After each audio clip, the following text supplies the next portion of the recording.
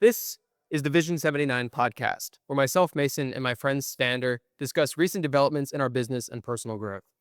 The name Vision 79 comes from our respective racing numbers. Sanders is 40, mine is 39, and we have similar ambition to progress in our business and personal growth. Many successful people have started small, just like us, but very few of them have documented their early years. They often say they wish they had, and given we believe in learning lessons from others, we intend to be the first to document our journey from start to finish. This is simply a documentary of our lives, and as such, we do not monetize these videos, so enjoy the ad-free content. Each episode is broken down into 3 segments, each covering our progress over the past week. We start by discussing our life updates, then our business updates, and lastly, we share any lessons we've learned over the past week. This week, my apartment complex is continually increasing the volume of music in this room. I think it's to smoke us out and to get us to stop recording here, but we're going to push through it anyways. So if you hear copyrighted music, oh, actually, we can't get copyright struck because we don't monetize these. True. So we're Fair good. enough. Yeah. What's your life update this week? So not much of a life update this week. Mostly business stuff. But Okay. I went to. I have some life updates. Okay. I went to Drift Zone What's with that? Sammy for a date yesterday. It was a lot of fun. It's a new place that opened up in Merritt Island Mall. Okay. And it's like these little razor go-karts that have like casters with one center wheel that's driven by a little motor. And essentially you just like go around and like you turn and it like drifts the whole cart. Oh, interesting. And you got like a little brake that you pull and it like changes the castering in the rear. And it can like, make you slide a lot more. Or, like I saw one of the guys that works there was like going backwards and shit like that. It was really weird stuff. But that was super fun. So did that and strongly recommend.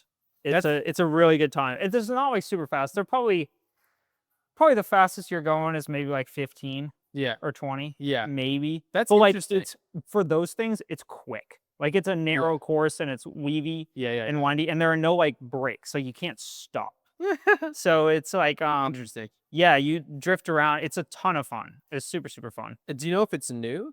Yeah, it's new. It's a new Got place that's opened up. That's crazy. The Merritt Island Mall has been deteriorating like year over year There was since no I was one there in there. high school. It was Yeah. wide. Dude, can you believe when I was going there in high school, that was like one of the places to go hang out with friends on like the Yeah. weekend and stuff like that. And now it's a ghost land. Like Yeah. no one's there. It was wild. I mean, we went Saturday afternoon and it was like pretty much empty. Yeah. I was like, It's interesting because growing up, wild. I was like, oh, we always go to the Merritt Island Mall because I lived in Rockledge. So I was like equidistant from the Merritt Island Mall and the Melbourne Mall. But the Melbourne Mall sucked. Like no one was there, not cool stores. You always go to the Merritt Island Mall, right? And now it's a total reversal. Merritt Island is like, Melbourne's always busy and Merritt Island is completely dead. But that's cool. Yeah. Yeah. So highly recommend. Super Mhm. fun time. Mhm. So did that. That was a life thing. And then I had a funny note that I realized this week was that my last day at work will be the first day, the 2-year mark of the first day we ever did Kahuna Cravings, like the day of. October Like 10th compiled was the the first. No, October gotcha. 10th was the first day we ever sold the products, Oh, which is interesting. kind of interesting. That is cool. And this episode is episode 79. It'll be released the same week. It'll be Oh, got it. It'll be Tuesday released that same that time. night of the week that I quit. I just realized this is episode 79 of the Vision 79 podcast, and I have Yeah. nothing special. Yeah, I did. I thought about it and I was like, I don't really have anything special. Yeah. Well, We I could guess say that after 79 episodes, I don't know, but it's we could- also like, we could say that we're going to go racing like we have done for all the other special episodes that we've planned for. Episode 100, we're going to go racing. Yeah. That's our announcement for 79. we keep pushing it. Yeah. But yeah, I thought that was a kind of a funny tidbit. I didn't realize it until like this week. I was thinking about it. I was like, oh shit, that's kind of cool. Yeah. And so that's like honestly all I have for life though. Most Sure. of my stuff was business this week. Yeah. Kind of busy on that front and not really much life stuff. Sammy came back from Peru this week. I guess that's a life update. Welcome back. Yeah, well, Did you have fun? yeah, she had a good time. Good. Went to Machu Picchu and a few other places and Sweet. hiked around and stuff. So lots of cool photos. Mhm. She brought me back this little I don't really know what the animal is. It looks like a fluffy groundhog stuffed animal, but it's made with like alpaca fur. Hmm. And so it's like this like It's like a white, wombat. super puffy like fur.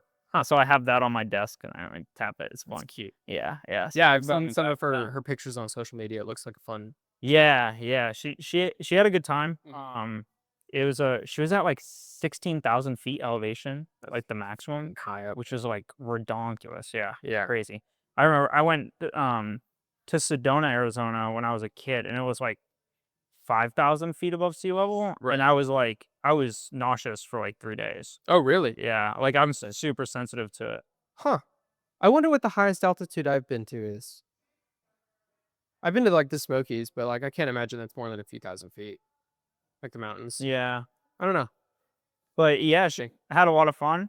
Super cool pictures, Mhm. really cool. Mhm. Um, but yeah, highly recommend Drift Zone for anyone looking at it or wants to do something fun. It Sweet. was a good time. It was a good time. Sweet. So, but what about you? What do you have for life? I also don't have a lot. Most of my life updates is like stuff that I've heard about. Mm, So the first life update is so Max Verstappen got his GT racing license a few weeks ago. If oh you'll yeah. remember in practice, he like maybe broke the lap record. No one knows because it wasn't official, right? Um, he competed in the 4 hours of the Nordschleife this past weekend Mm-hmm. to yesterday. Um, he started third, and he was first going into turn one, and then led every lap and won the whole thing. Uh, his first ever GT race. Wow. Very little running in that car on the track at all. And his teammate, it's him and a teammate. It was a 4 hour race. They each did 2 hours. His teammate is a sim racer who Mhm. he has been sim racing for a long time. He just started driving GT cars last year. Oh wow. And they finished like 25 seconds ahead of anybody else. When Max got out of a car, they were over a minute ahead of everybody else. Which, like, okay, the Nürburgring, it's like an 8 minute lap, but still, that's a sizable margin, right? Mhm. And to win on your debut is like fucking crazy. So I that was notable, Yeah. I think. I mean, that's still even the long lap is wild though. I mean, you think about the 24 hours of Daytona. I mean, there were many classes over the past 5 years that Right. have finished within Seconds. 10 seconds, Yeah. 5 seconds, The milliseconds. Porsches in 2021, the GTD class or GT3. Yeah, yeah. So like They were back and neck and forth. neck Yeah. the whole Yep. time for 24 hours. hmm So it's like, yeah, to finish a minute ahead at that tier of racing is So very a impressive. fun bit of information is his car of choice was the Ferrari, the 296. Yeah. That's like the new modern Ferrari racing car. Yeah. He's the first Formula One driver to win in a Ferrari in like a year. Not in Formula Got One, him. but Yeah. he has also mentioned that he really loved it. He super enjoyed it, but he wants to do the longer endurance events, including the Rolex. That's So cool. I don't know what the logistics look like if allocations have already been chosen for this upcoming year, but there's a chance that in one of the future years we get to see him there Yeah. Well, from that the would be tower and then from the podium. that What would they be call it, championship.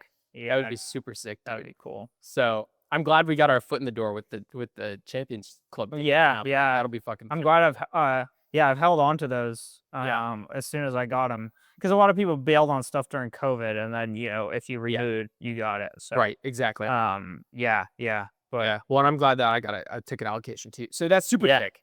Um, very cool. crazy shift. I ate lunch the other day at Sam's Club with Grace because you can get a hot dog and drink combo for $1.50. That's ridiculous. I think I might start eating there regular because that's such a crazy deal. That That's is such a crazy deal. that is wild. I got 2 hot dogs and a drink, and Grace got a hot dog and an icy, and that whole thing was like $4.50. It's crazy. It was so much food, and I was like, I told Grace, I was like, we should come here regular. We should make this a part of our meal plan because this is so affordable. And she was like, I don't think I can eat hot dogs every day. And I was like, that's fine. We should just figure out how often you can go and then do it as much as possible because that's so affordable.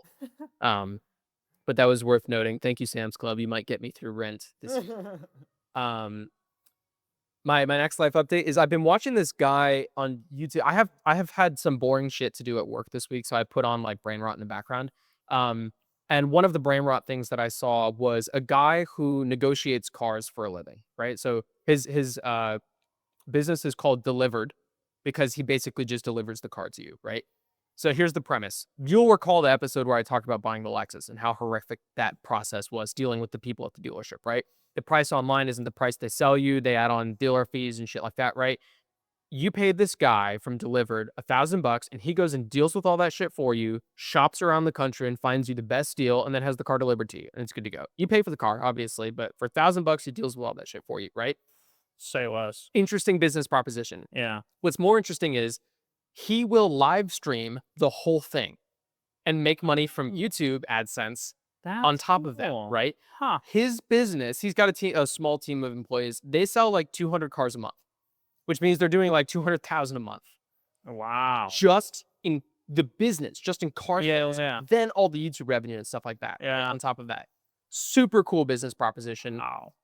The most interesting piece of information that I have gotten from watching, I've watched like 100 of his videos now because I've just had him on in the background. Yeah. They're like 20 minutes, right? The most interesting piece of information I've found is that my dealership experience is in the bottom 5% of all dealer experiences you could have. Oh, wow. Because while he's talking to these people on the phone, I'm comparing it to what I had to go through. And some of the people are like really cordial and like they make a lot of sense and they're well spoken and articulate and they get to the point. And other people give you the runaround like I got when I had to go buy the Lexus. And I was like, man, dude, I so wish that I had known about this service before going and doing that because I don't think I would have appreciated it because I hadn't gone through the process at that point. But now I'm like, Jesus Christ, like this is great. Yeah. And he gets money off on many of the cars. Like I got mine used, Oh, yeah. so I got a great deal anyways. But he'll go to new cars. So like, pick a new car, 2025. Lexus LC 500. Let's not do that one. That makes me sad. Let's do, okay, so he just did a Dark Horse, a Mustang Okay. Dark Horse, right? He called around and he was like, hi, so you have a 2025 Mustang Dark Horse. And they're like, oh yeah, brand new. We just got it today. It's in our showroom. It's a great car. It's got the black badges and emblem. He was like, cool. And they're like, let's make a deal. Like, what are you looking for? And he's like, I'm looking for 10% off MSRP. And they're like, what? Like, no. And he was like, dude, there's a lot of these sitting around the country. You guys got yours this week, but like, they're sitting everywhere else. And, you know, if you don't make a deal, then it's just going to sit. And they're like, well, you know, 10% is a lot. Like, you know, let's just like talk about it, whatever. He was like, I already have an offer for 8%. So I'm just looking for someone to beat it. And they're like, what? And so like they scramble and they get their manager or whatever. And then like they go make the deal happen. And so then Yeah. he advertises to his customers, listen, you pay me $1,000 to save the hassle. I'm just going to bring you the best deals in the country. And then you go buy the car, right? By happenstance, sometimes I get you money off. Almost every deal I've seen him put together, he gets money off. At the very least, he gets rid of all the dealer fees and add-ons and shit that Right. they try to tack on. Like mine had like, oh, we did like the door trim like on the edges of the door and like we put the little lights in the bottom or whatever. And I was like, get rid of that shit. I don't care. Yeah. And he gets rid of all that stuff too. So at the very least, he gets rid of the dealer fees, but then sometimes he gets money off MSRP. But it's a really cool business proposition. That is very neat. It reminds me of when we used to end the podcasts with like make a business based around whatever industry. Yeah. This is like one of those business ideas that we would have come up with, like come to life, and it's really interesting, and I like it a lot. Oh, yeah. Yeah. That is very cool. Yeah, I wanted to give that a shout out. Dig it. My last slight update is that I saw another LC 500 in real life. I knew what it was from way down the road. It was just a blue blob, but it was low and it was wide, and it had like the black front grille that you can see from far away.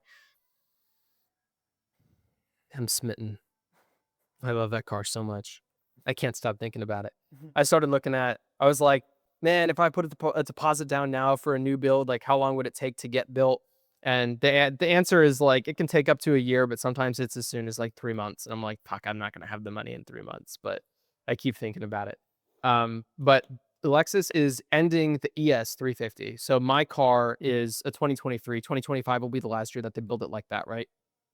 In my opinion, that's one of the best looking Lexus sedans that Yeah, it's nice. Yeah. the whole style of this line is they've got the spindle grille and then they've got the body line that comes from the front fender and then it tilts up toward the back wheel, right? That's like the style right now. LC 500 has it, the ISs have it, the ESs have it, right? That is the current Lexus modern style, right? They just unveiled what their new ES 350 is going to look like. It's actually, I think it's a hybrid, and Okay. it's disgusting. It looks like Got it. and so I'm expecting they're also, this is the last year that they're doing the IS 500 and the RC 500. Okay. So the two-door and the four-door that has the same engine as the Lexus LC 500. it's the last year they're doing those. I take solace in knowing that they haven't announced the end of the LC500 yet, Yeah. but they are nixing the other cars that have the same engine, which makes me nervous. And then, so it makes me nervous that they could be ending it, and then it makes me more nervous because the new car that they unveiled is hideous. So I'm Yeah. stressed and sad, and that's what motivates me to stay up late and work on real estate. There you go. And then also Lexus related, I figured out how to do the rear view mirror tilt Yeah. in my car the other day. Because every time I went into reverse, they would like twitch, and I'm like, I think you're supposed to move, and I eventually figured out how to make it work.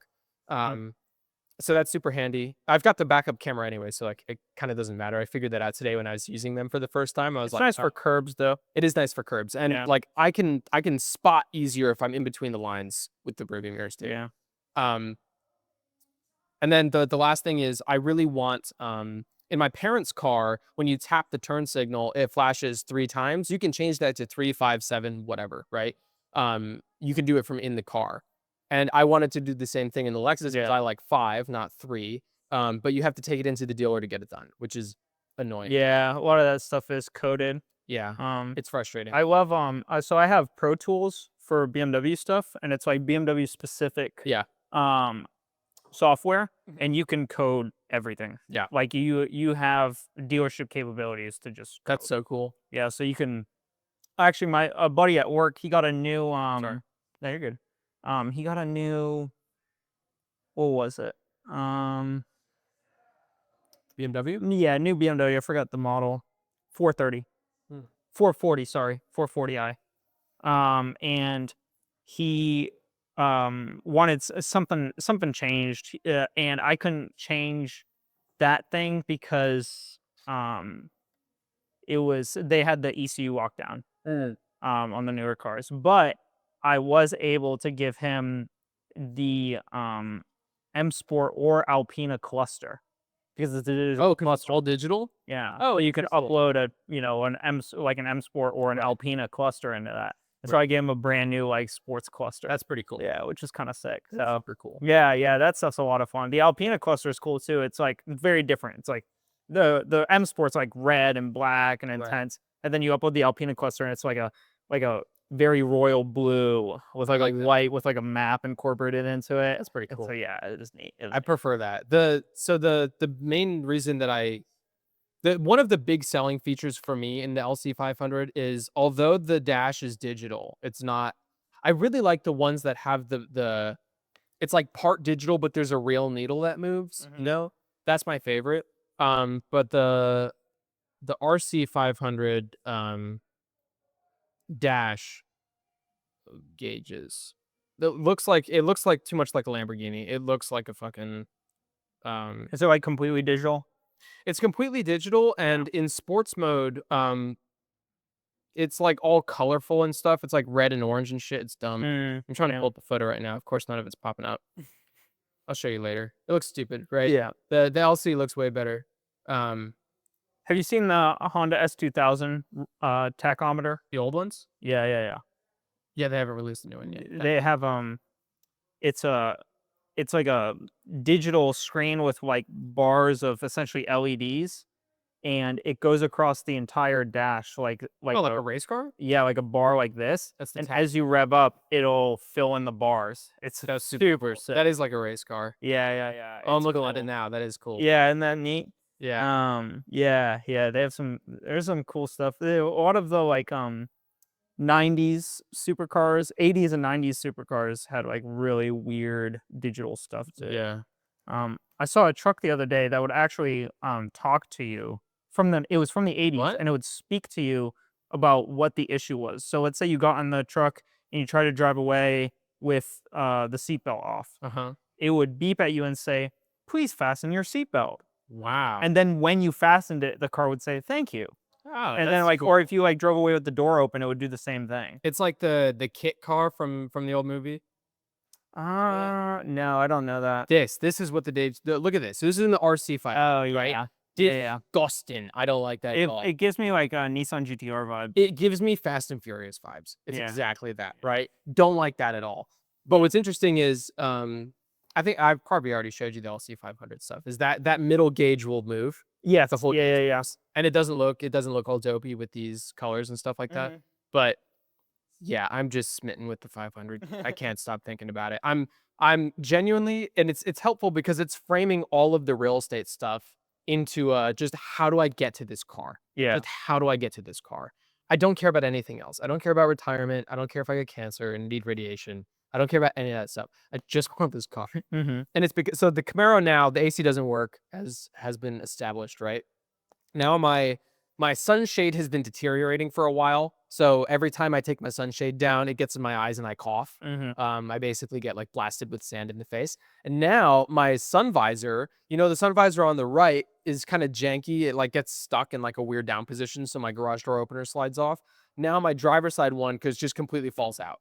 So every time I get in the car, I have to take out my driver's side sun visor and put it on the passenger side floor.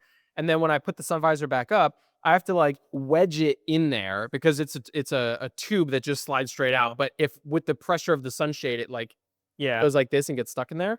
Um, I'm getting very tired.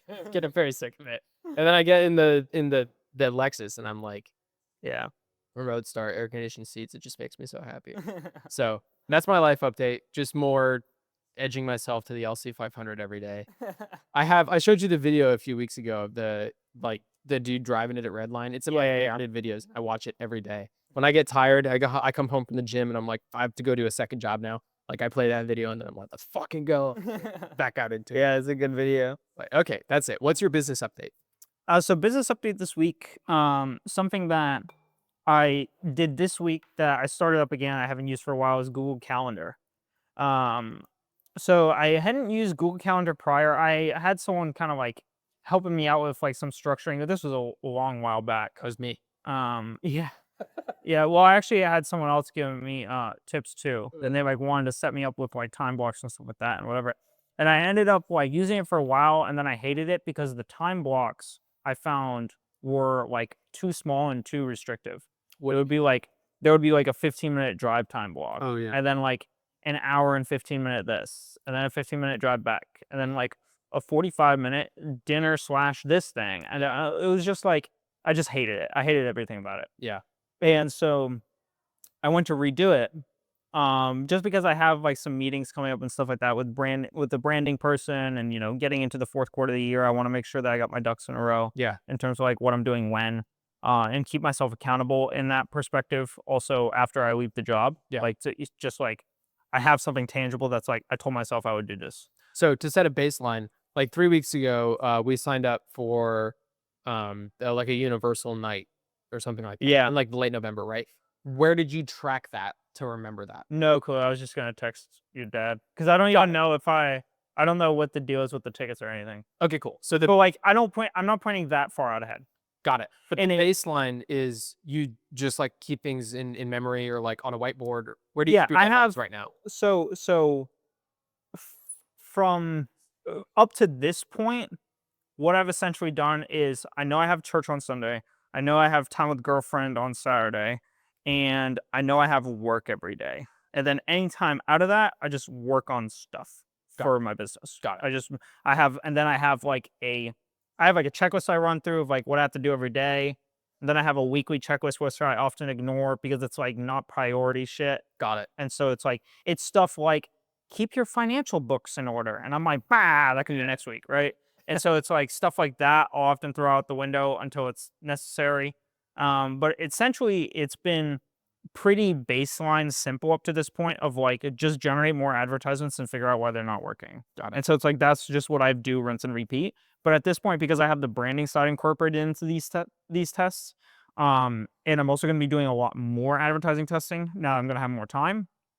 I want to ensure that I keep my ducks in a row with the meetings with the branding person. Yep. And I have my stuff in order for her at the right times. Right. And then I also have, because something that I think I'm really going to miss quickly is going outside and doing something. Like What just do you mean because miss? like something that the thing I really do like about the job is that you drive there and like that's like a break point, Right. and then you do something else and then you drive back. Right. And so to supplement that, what I've done is I've just structured in like a beach run block 6 days a week. Right. And so it's just like an hour and a half block after Sammy comes home because she wants to do it with me. So it'll be a good like double whammy where it's like we can hang out Right. and also exercise, and I can do something different after sitting in front of a computer for 10 hours. Right. And so it's like that I had structure, and it'll also help me just like I should probably exercise, and I've just never made the time for it. Yeah. And so it's like that's like a good way to kind of, reset myself a little bit, get a little bit of exercise in, make sure I like go outside Yeah. and like, breathe fresh air. And so it's like that I structured in as well just to kind of get myself out. But other than that, like the looking at the schedule now, it's crazy to see like I had like work in purple and now it's like I have work replaced with orange, which is like computer work. And just to like to see the difference in volume of block Yeah. is like insane. Yeah. And so it's like even with this like hour and a half a day of me going out and running and exercising a little bit, Yeah. I have way more time to do business stuff. And so with that time, the part of the reason I also did the Google Calendar is because I have more time. I want to make sure that I have it strategically structured in a way that I can continue skill building as well as progressing in the business. Right. And so something that like I do occasionally but don't do consistently, but I really wish I did more of is going through like the different high level courses because I haven't finished all of them yet that I have access to. And So these are courses from your mentor? yeah, from my mentor or stuff that I've been recommended by my mentor that's not directly course related, but could be like a book to read. Got it. Like a Eugene Schwartz breakthrough advertising, Yeah. per se, right? And so I wanted to ensure that I had structured time to skill build. And so that I structured in at the end of every day. Got it. And that, I still, quadruple the amount of time I have available to work. Right. And I can have this like skill building session at the end of each day. And I think that skill building session will help me translate learnings into like the next day of work that I have. Right. And then I can skill build at the end of that day, go to bed, rest on it, think about it a little bit, and then wake up the next day and crank. Yeah. And then skill build, right, rinse and repeat. And so that's kind of, I wanted to have like, and so I did really big time blocks. And I did that for two reasons. One is that I hated how nitty gritty the previous calendar was. It just made me not want to look at it. And then, Dude, it's micro planning. I can't work with micro planning. it's terrible. So I have like Sunday is my craziest day, and it's like I have like 7 blocks, and it's like church. It's like sleep, church, podcast, like some calls and work together, dinner, and podcast editing. Right. So it's like very bare bones. Yeah. And so I made the whole kind of week like that, very, very bare bones, because I want to be able to shift around blocks easily. Yeah. And I also don't want to open up the calendar and feel as though the calendar is inhibiting my ability to work. Like that would be the dumbest shit ever. That's You know? what I mean. I have different calendars here. So this might be news. Oh yeah, there you go. So this It's is big blocks. So yeah, it's just like 9 to 5 is like work and then gym after work. And then I've got an hour budgeted to wake up and drive to work, right? Because that's generally how long it takes me to do. So these are my tasks to do at the beginning of each day, right? Or throughout the day, right? So client check-ins and stuff like that. I've also got birthdays. So here's a good example.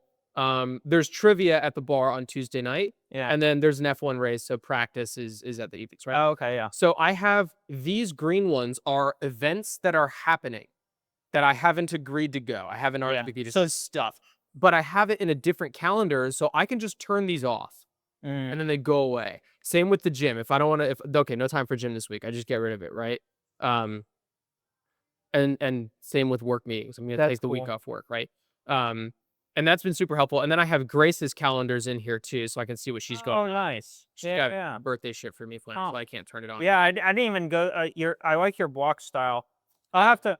So what I've been doing is I've been typing. So what I do is I type in each block what I want to do that day as a description. Right. But I like this task thing you got above here. I got to look at that. Yeah. So when That'll be easy to move. That's the problem I'm having right now is I had some stuff I had to push and then I had to like copy and paste the blocks. Yeah. It was a pain. So that's the difference is you just set an event and a time or a task, and then you can set it for all day, and then it just sits at the top all day as you scroll around, it stays up there, or you can set it for a specific time. I'll do that because that'll make pushing and moving stuff around so much easier. So here's an example for today, which is a little busier. So like right now, the World Endurance Championship is doing the 6 hours of Fuji, right? Okay, yeah. I haven't dialed into it at all. I don't know who's driving. I don't know what the deal is. It's green because I'm not signed up to go, right? But like we're in the middle of podcast right now, and then I kind of have the rest of my day free because I know I have to do like some meal prep and then like some real estate, but I don't have like set stuff.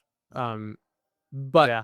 I keep these separate calendars here so I can toggle shit on and off because I know this is gonna get slammed eventually, and like I don't want to see the green shit, so just make it go away. Yeah. That's something that Grace doesn't do, and then it gets cluttered really fast, and then it becomes useless. Like, Yeah, that's a good point. I'll move it to tasks. And because I'm typing it out anyway, I might as well put it in a task. That way I can just move it if something changes or whatever. Yep. Like it's just a good reminder to move it over. You know, I don't want the counter to be a burden. I want it to be a help, and so that's what I tried to figure out how to do. Right. With bigger blocks and kind of more fluidity in that sense. I like to book a section of time to work on whatever I want to work on, and then I have like different priorities because you're gonna have different shit every day, right? So like I've got 15 different real estate things that I'm working on, right? And like depending on the day, one thing will be more important than the other, right? Yeah. Because clients fluctuate, and the listing agreement thing is the system that I'm making is fluctuating too. Yeah. So I like to set blocks and then do what I want within those blocks. Yeah. But yeah. But that is something I did this week. Also, so my conversion rate optimization split test has been running for a month now. And there was overall no real change in overall revenue.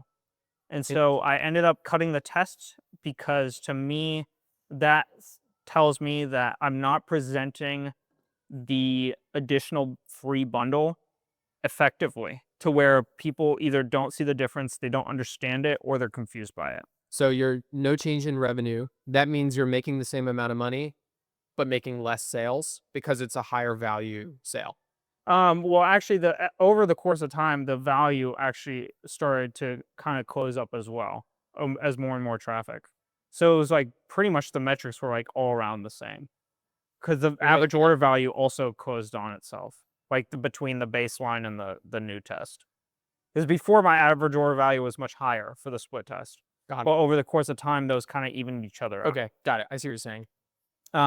So I ended up cutting it and being like, essentially, I'll have to go back to the drawing board for this at some point and make it much easier to understand. Right. And so that's the hurdle that I hit there. But, good lesson learned. In terms of brand building, I had some meetings this week about the target market styling approach. So I'm interested to see how the branding goes. I'm going to run it as a strict split test between the baseline and the rebrand, and just kind of see how that goes and see how it works. And then probably if it works well, run some catered ads to it. If it doesn't work well, figure out why.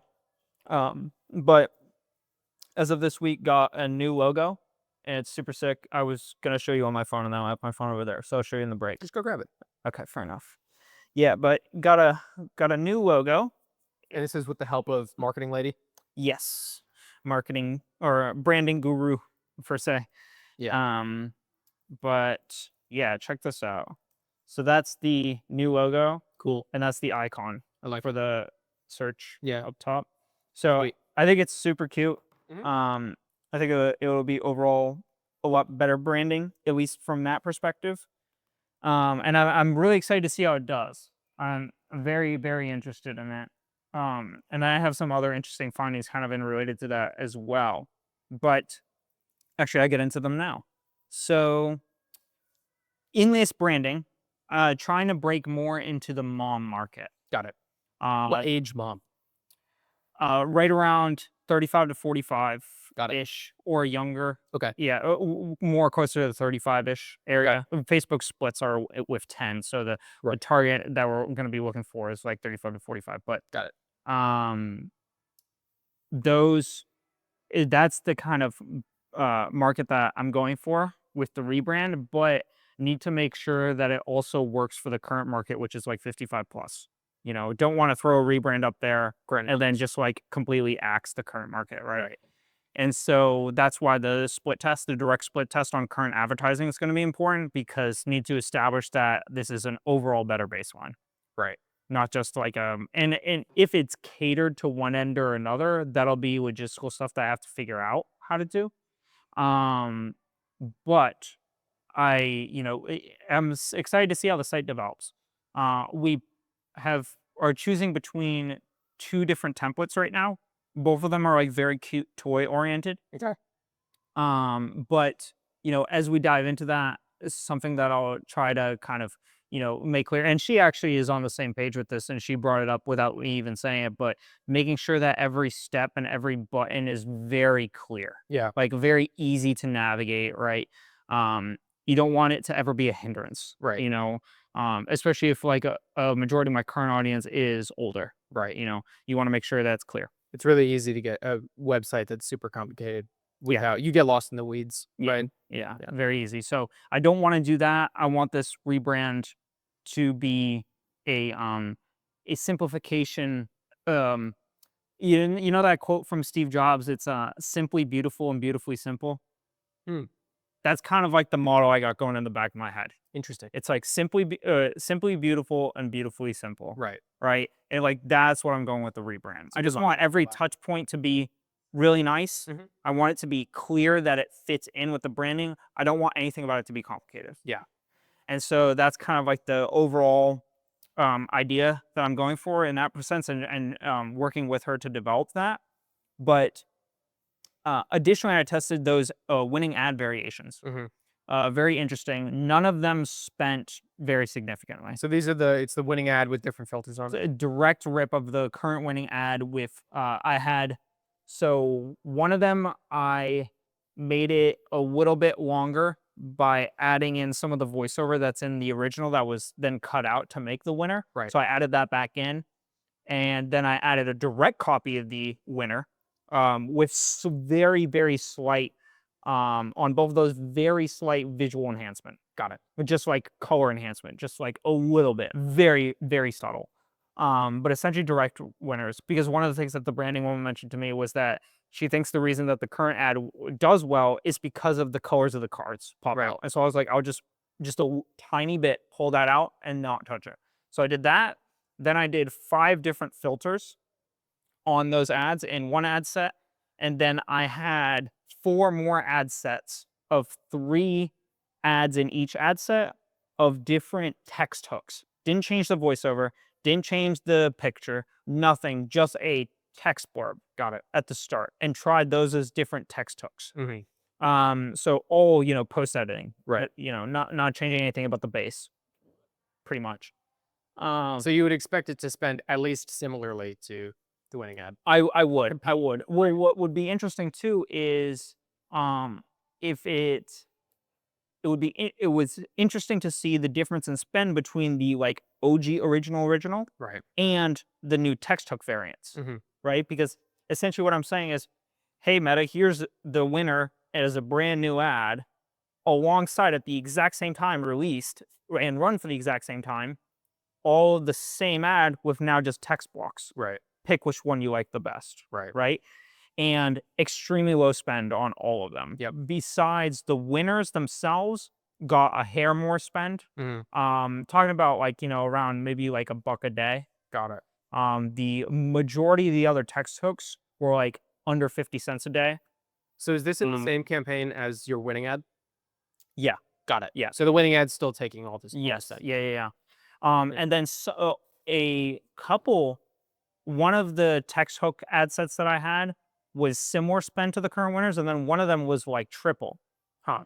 And it was and so it was spending like $3 a day or a little bit more. Interesting. And so I was looking at that, and I was thinking, I was like, clearly Meta does prioritize the current winner. Yep. Because it has optimization data to optimize for that, and also the engagement probably helps to an extent. Right. Although, yes, there are examples of ads that take over an account that had no previous engagement, in my case of iterative testing that I'm doing, it's not an effective way to generate a new winner. Iterations aren't an effective way to generate new winners. Right.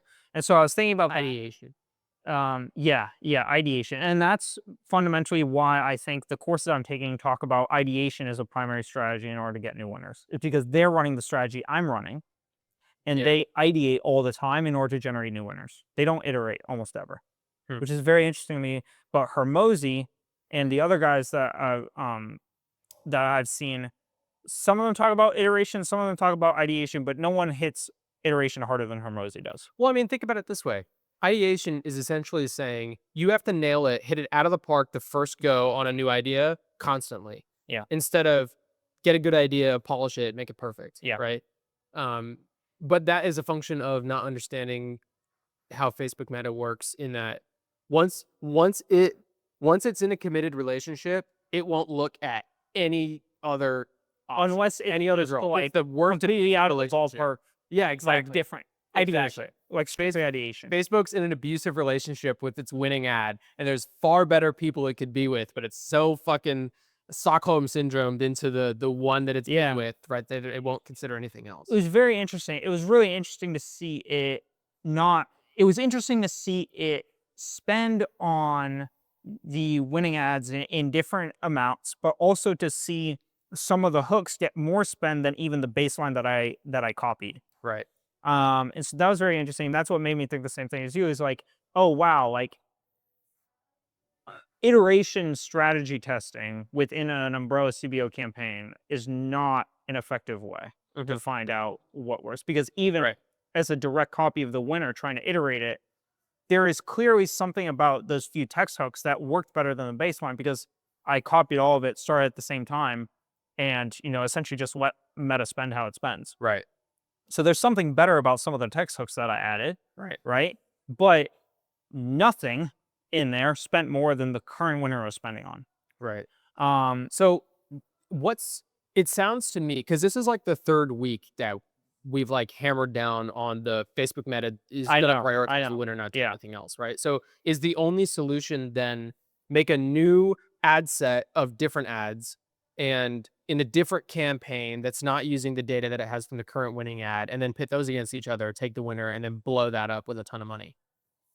So yeah, I know I've been harping on this for a while. The reason I've been harping on it is I want to feel very, very, very strongly that I'm not making an excuse for completely shit ads. And there's actually a strategic disadvantage to me running how I'm currently running. I mean, even if your ads are shit, I think that they're less shit than the current winning ad. Yeah, at least they're not as shit as Meta is telling me they are. And that's evidenced by the fact that, right, like generally speaking, you can look at my ads and be like, well, it's not, like, it can't be 99% worse. Right. And then you can also definitively look at the copy of the winner and say, well, that doesn't make any sense. Right. Exactly. Right? Yeah. I think you're at that point. I think you could like, not conducively. You can conclusively say that that is the case, and that it's not. Yeah. That all of your ads are way more shit than the current one. So something I looked into this week was attribution data allocation, because as soon as I run separate campaigns, I always have attribution data issues. And so what I'm thinking about doing is creating custom 7-day audiences for each campaign. Got it. To where each campaign essentially says, just for testing purposes, the test campaign will not be able to hit the same individuals that the current winning campaign hits within a 7-day window. The reason that's a 7-day window is because attribution data is 1-day click and 7-day view. And so it'll look at stuff within a 7-day window. Right. To figure out like what worked for what, essentially. And so I want to make sure that I might do 1-day click because 99% of my sales come from a 1-day click. 7-day view would be essentially like if someone saw the ad on a Thursday, Right. and then like on a Saturday they saw another ad again, and then they decided to buy. Right. That might be like a 7-day view, 1-day click kind of thing. Or if they saw it on a Thursday and then like went to bed, and then on a Friday still had the site pulled up on their phone and then decided to buy that day. Got it. Like that might be like there are cases like that. I don't know exactly tactically how Meta allocates the 1-day click versus 7-day view, but I know that a majority of my sales are coming from, I can track the traffic They come from someone clicked day of, went to the site, purchased. Like majority of the because that means that they're converting quick. yeah, they convert quickly. Right. And so I'm thinking about doing it as a one-day audience, but I'm not sure yet. What I want to do is essentially restrict the test campaign from commingling with the scale campaign Yeah. by integrating those audiences in. And it's interesting because I've seen these attribution data issues, allocation. There are people who run separate campaigns between like testing and scaling and stuff like that. And they don't really focus as much on the attribution data allocation. And that's interesting to me as well. I'm not sure, like for me, it's been like a very direct contrast. But what I will do regardless is I'm going to run the split test for the branding once that's complete. If the branding doesn't work, I'm gonna take all of my best ads that have been catered towards mothers that I've found have spent the most over the last months, and I'm gonna put them all into a separate test campaign. Like give Meta like 50, 70 ads to sift through. Yeah. And just be like, because a lot of people are like, you can't put that many, you can't put that many. And I'm like, I'm thinking about it, and I was like, Hormozy fucking tested 2,200 in the matter of a week. Right. He had more than 3 ads an ad set and 5 ad sets per campaign. Right. Like that's just the math of it. You know what I mean? And so I also seen a lot of people, very successful people, running a lot more ad sets and ads in an account at a time, or in a campaign at a time, not an account, right? But going looking at that stuff, I'm essentially what I'll do if the branding doesn't work the first time on a direct split test. I'm going to take all the mom ads, put them in their own separate test campaign, and restrict the audience to under 55, Right. or even under 45. And make it like 35 to 45, yeah. make it a really stark contrast, and just be like, okay, this is the segmentation I want. I can narrow that audience to just that, and now I want you to run those ads. Because something else I noticed was that the ads that were directly grandparent correlated spent more, and I've noticed this trend for across the board of the style of content I put out there. Short form UGC content, long form UGC content, long style informational ads, really short, simple ads, single view, like camera angle ads, like anything I put out there across the board, pretty much, it will spend more towards grandparents. So then why retarget to 35 to 45-year-old moms?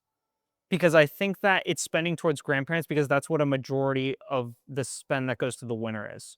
So the winner is tainting. The winner, Facebook is looking at that campaign through a lens. Right.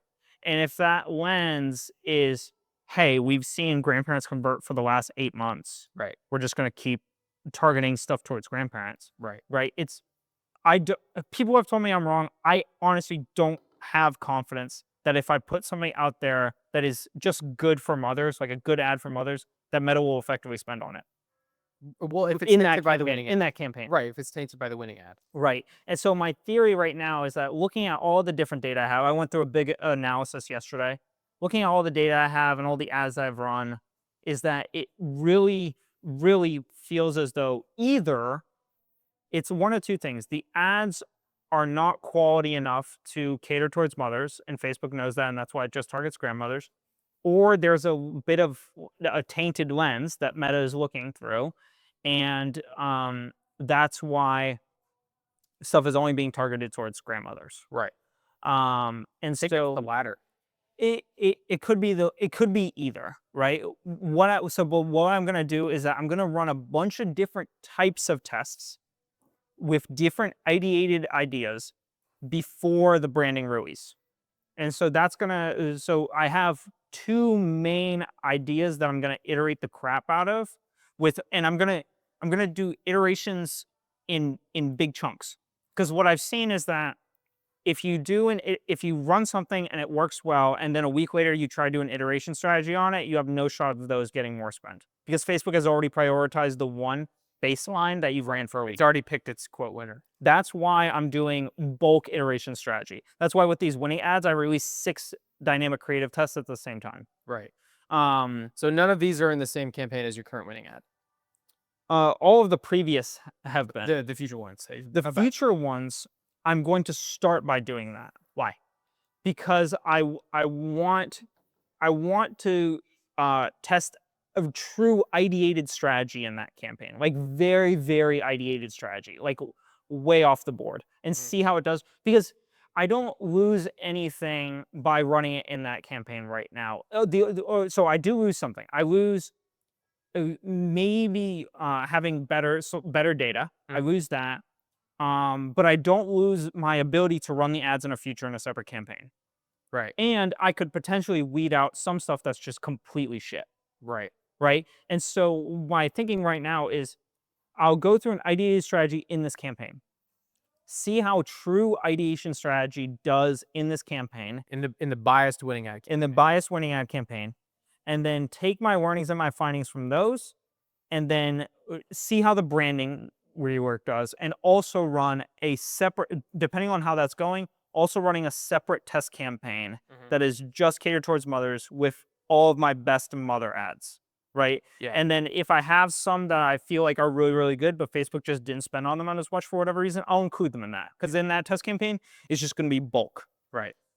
Just a ton of shit for Facebook to filter through. And I put it out a good budget, like $200 a day or something. I expect that those are going to do a lot better than the first batch that you're going to do in the winning ad campaign. I expect that you're going to put all of these in the winning ad campaign. It's not going to get any spend because it's all going to go to the winning ad. And then you're going to take that same batch, maybe like tailor out a little bit, and then run it in its own campaign, and it's going to do way better. That's what my hope is I can run this ideated strategy Right. in the current campaign. If in the current campaign it for some way blows up and does really well, awesome, cool, right? If it doesn't, at least maybe I can whittle out to some extent, just based off of volume of data, some baseline aspects that I don't want to include in a test campaign because I don't want Meta to waste its energy on it. Yeah. That's my theory right now. Yeah. Right. In the current campaign, it will prioritize the winner, and also it thinks that the target audience for that campaign is the same audience for that winning ad, which is the older audience. So by rebranding to that 35 to 45-year-old audience, I'm anticipating that not only is it going to prioritize the winning ad, but also it's going to show it to an audience that the ad isn't made for. So the new campaign is probably going to blow it out of the water. Yeah. But it's like it's once again confirming that Facebook is unfairly biasing the current winning ad.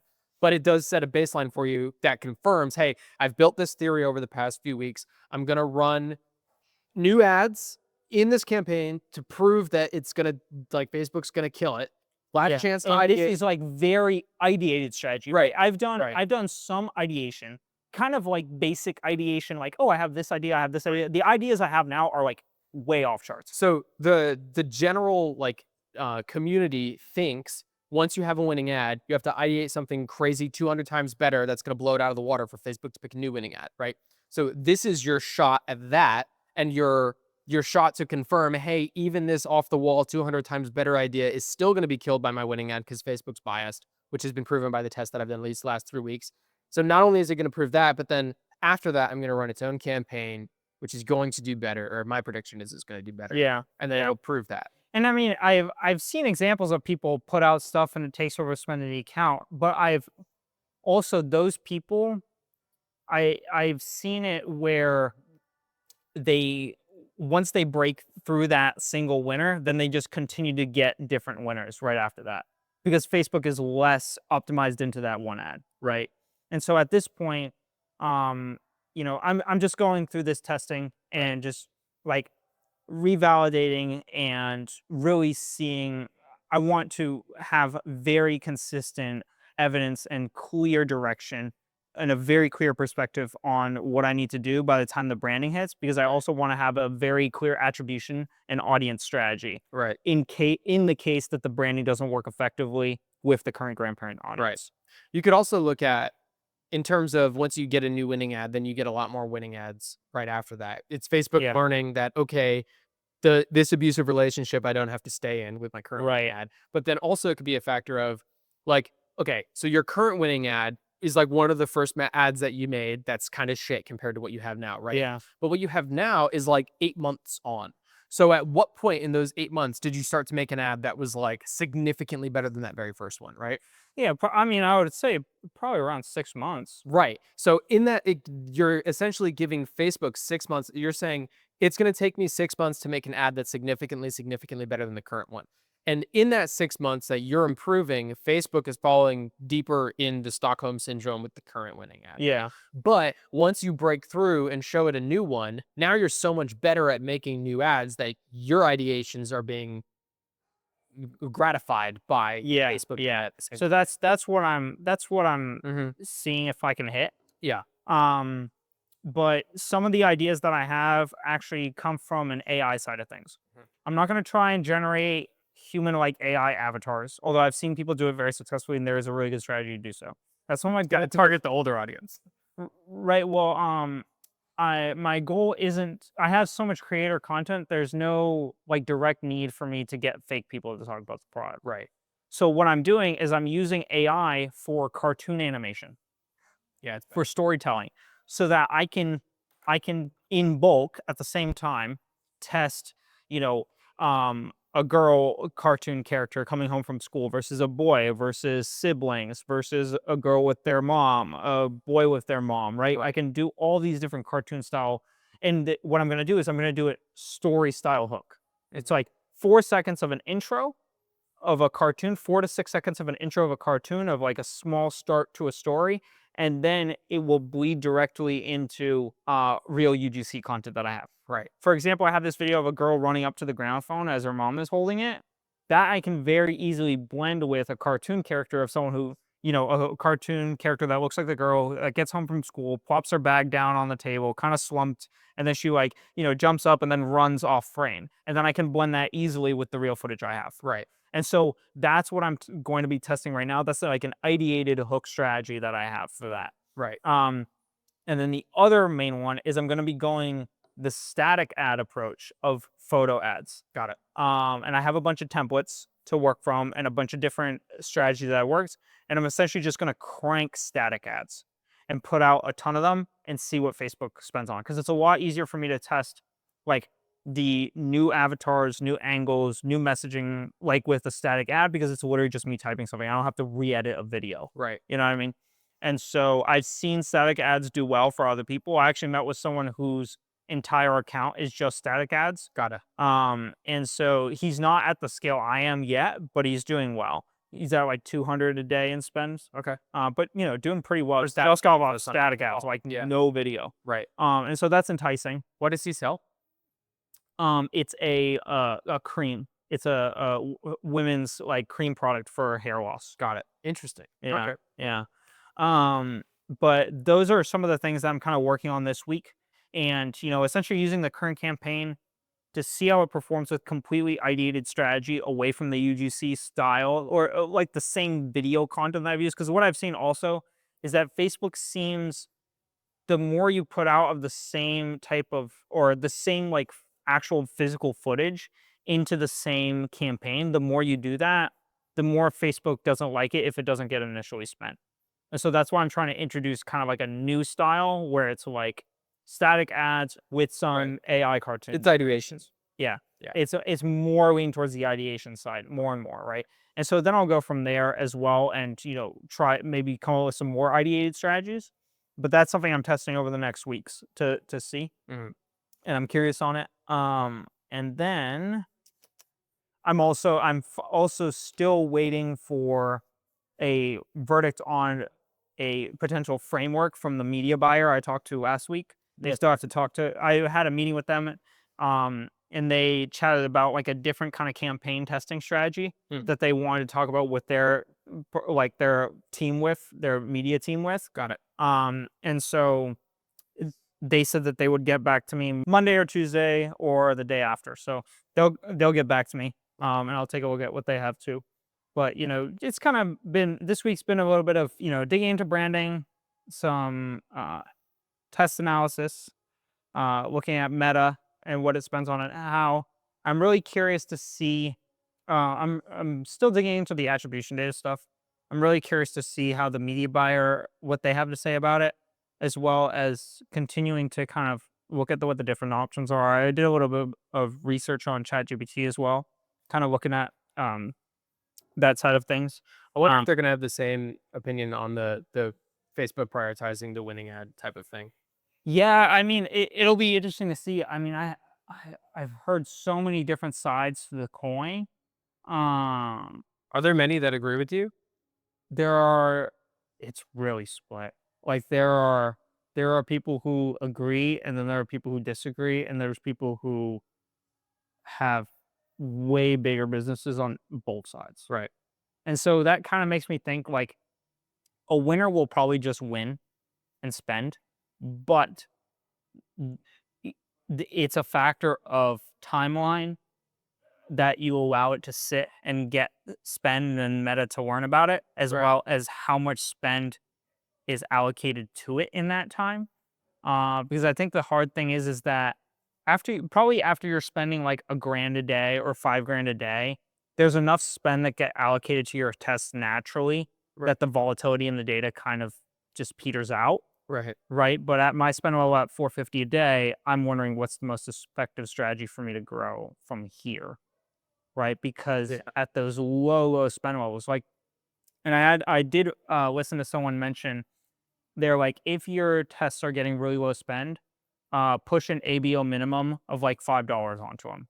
And that's something that I'm mentioned doing to my mentor, and he's on the side of just run it and let Meta spend what it wants to spend on it. Right.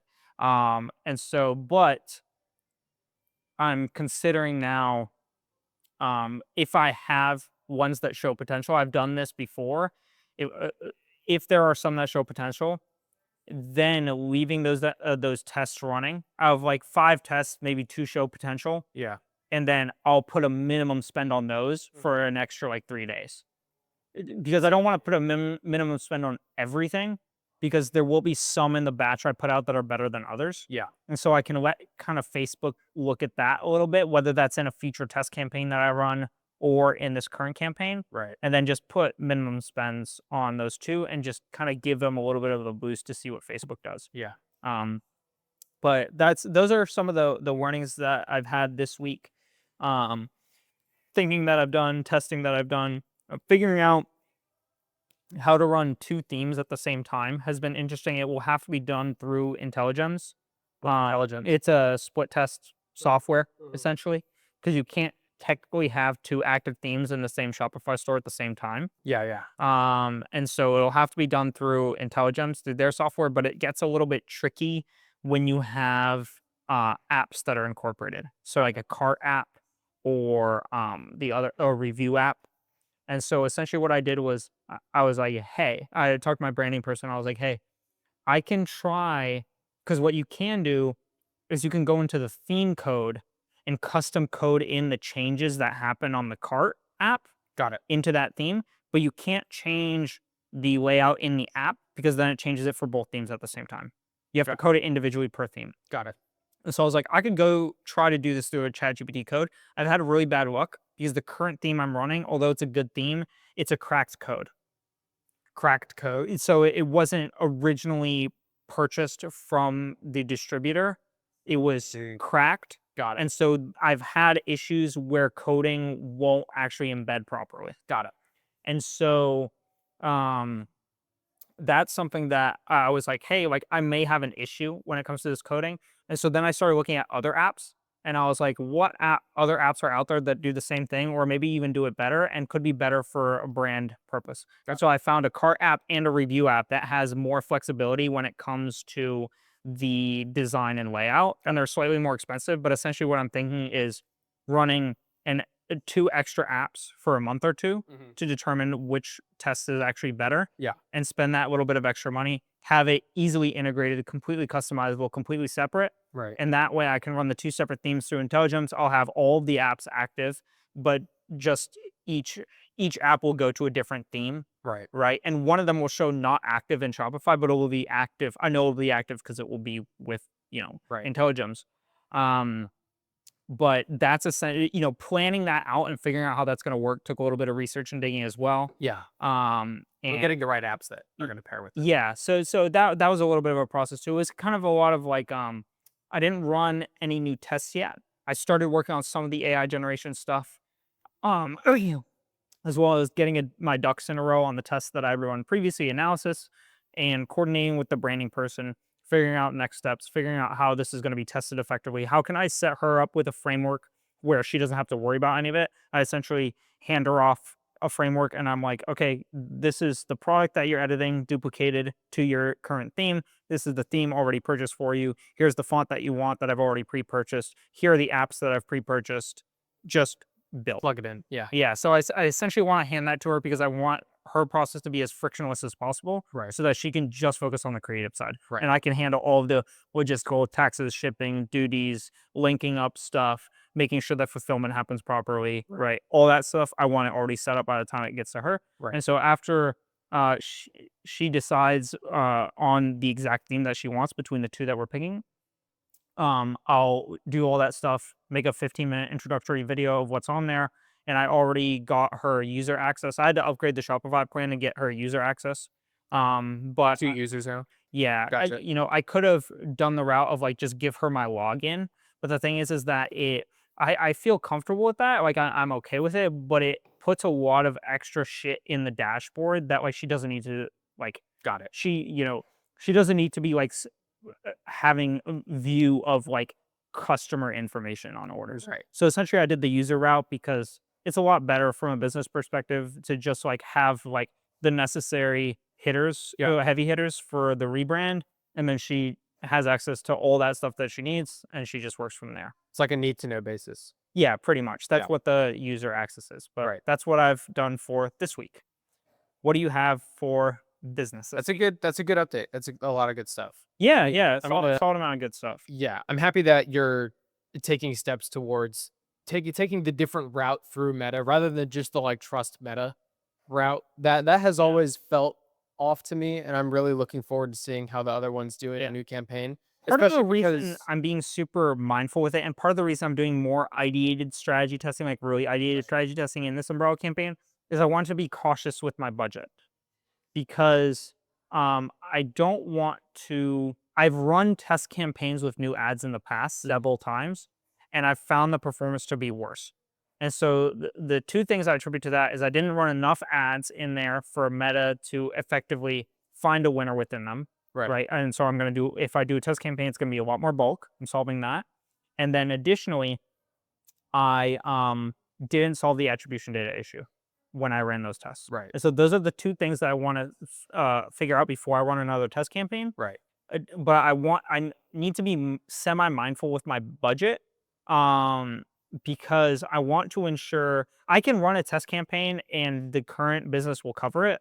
But I just want to be mindful of it because coming into the fourth quarter of the year, if I want to scale really hard, I need to be able to pre-fund the account Right. by a good amount. You're not gonna spend all that money on it. And so I don't want to blow it and then not be able to scale up when Right. stuff starts performing well. Right. Or have like delay in that because, if stuff is performing, the thing is that if stuff performs well for a few days, or a couple days, you'll start to scale up. Yeah. And then as it scales up, if you can hold performance during that time, like Black Friday is a really good season to scale in, like that week.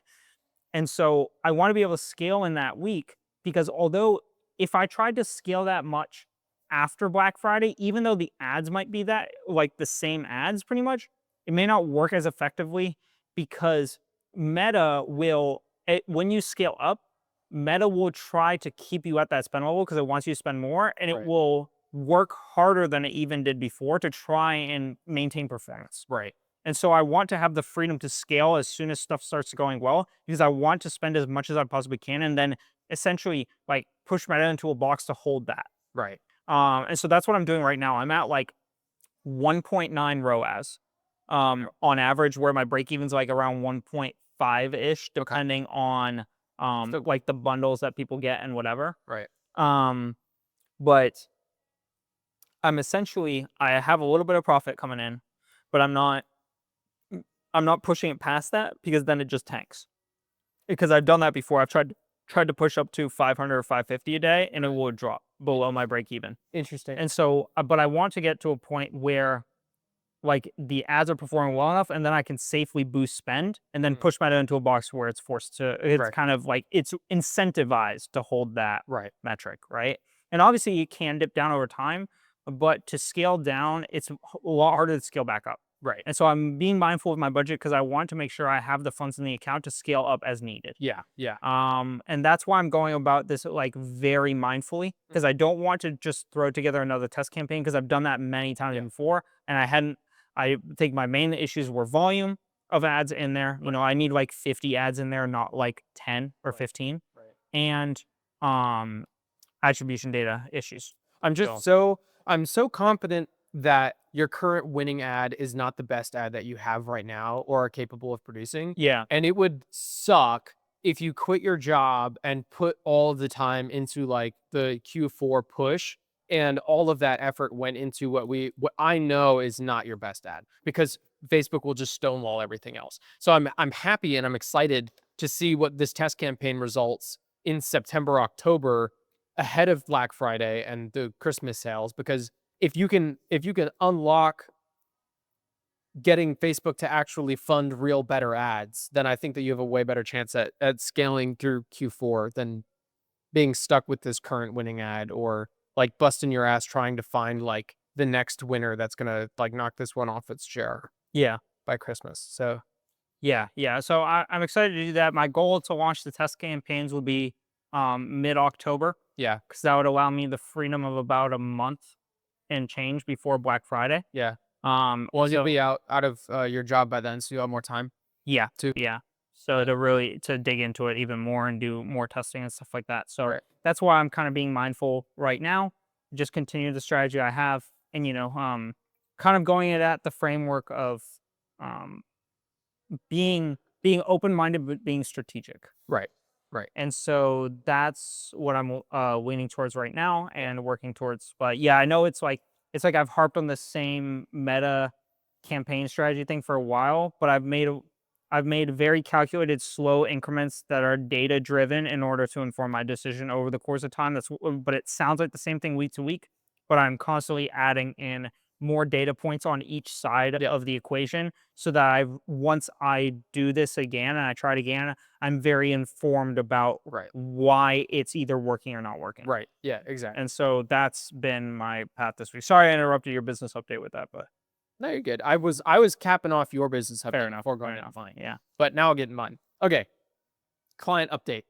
Um, my out-of-state clients are still radio silent, so I'm gonna reach out to them on Monday. Monday will be the 2-week mark from when they last bailed on us, so we'll Cool. see what they're doing on Monday. But I have a apartment client that just hit their 6-month mark from signing their lease.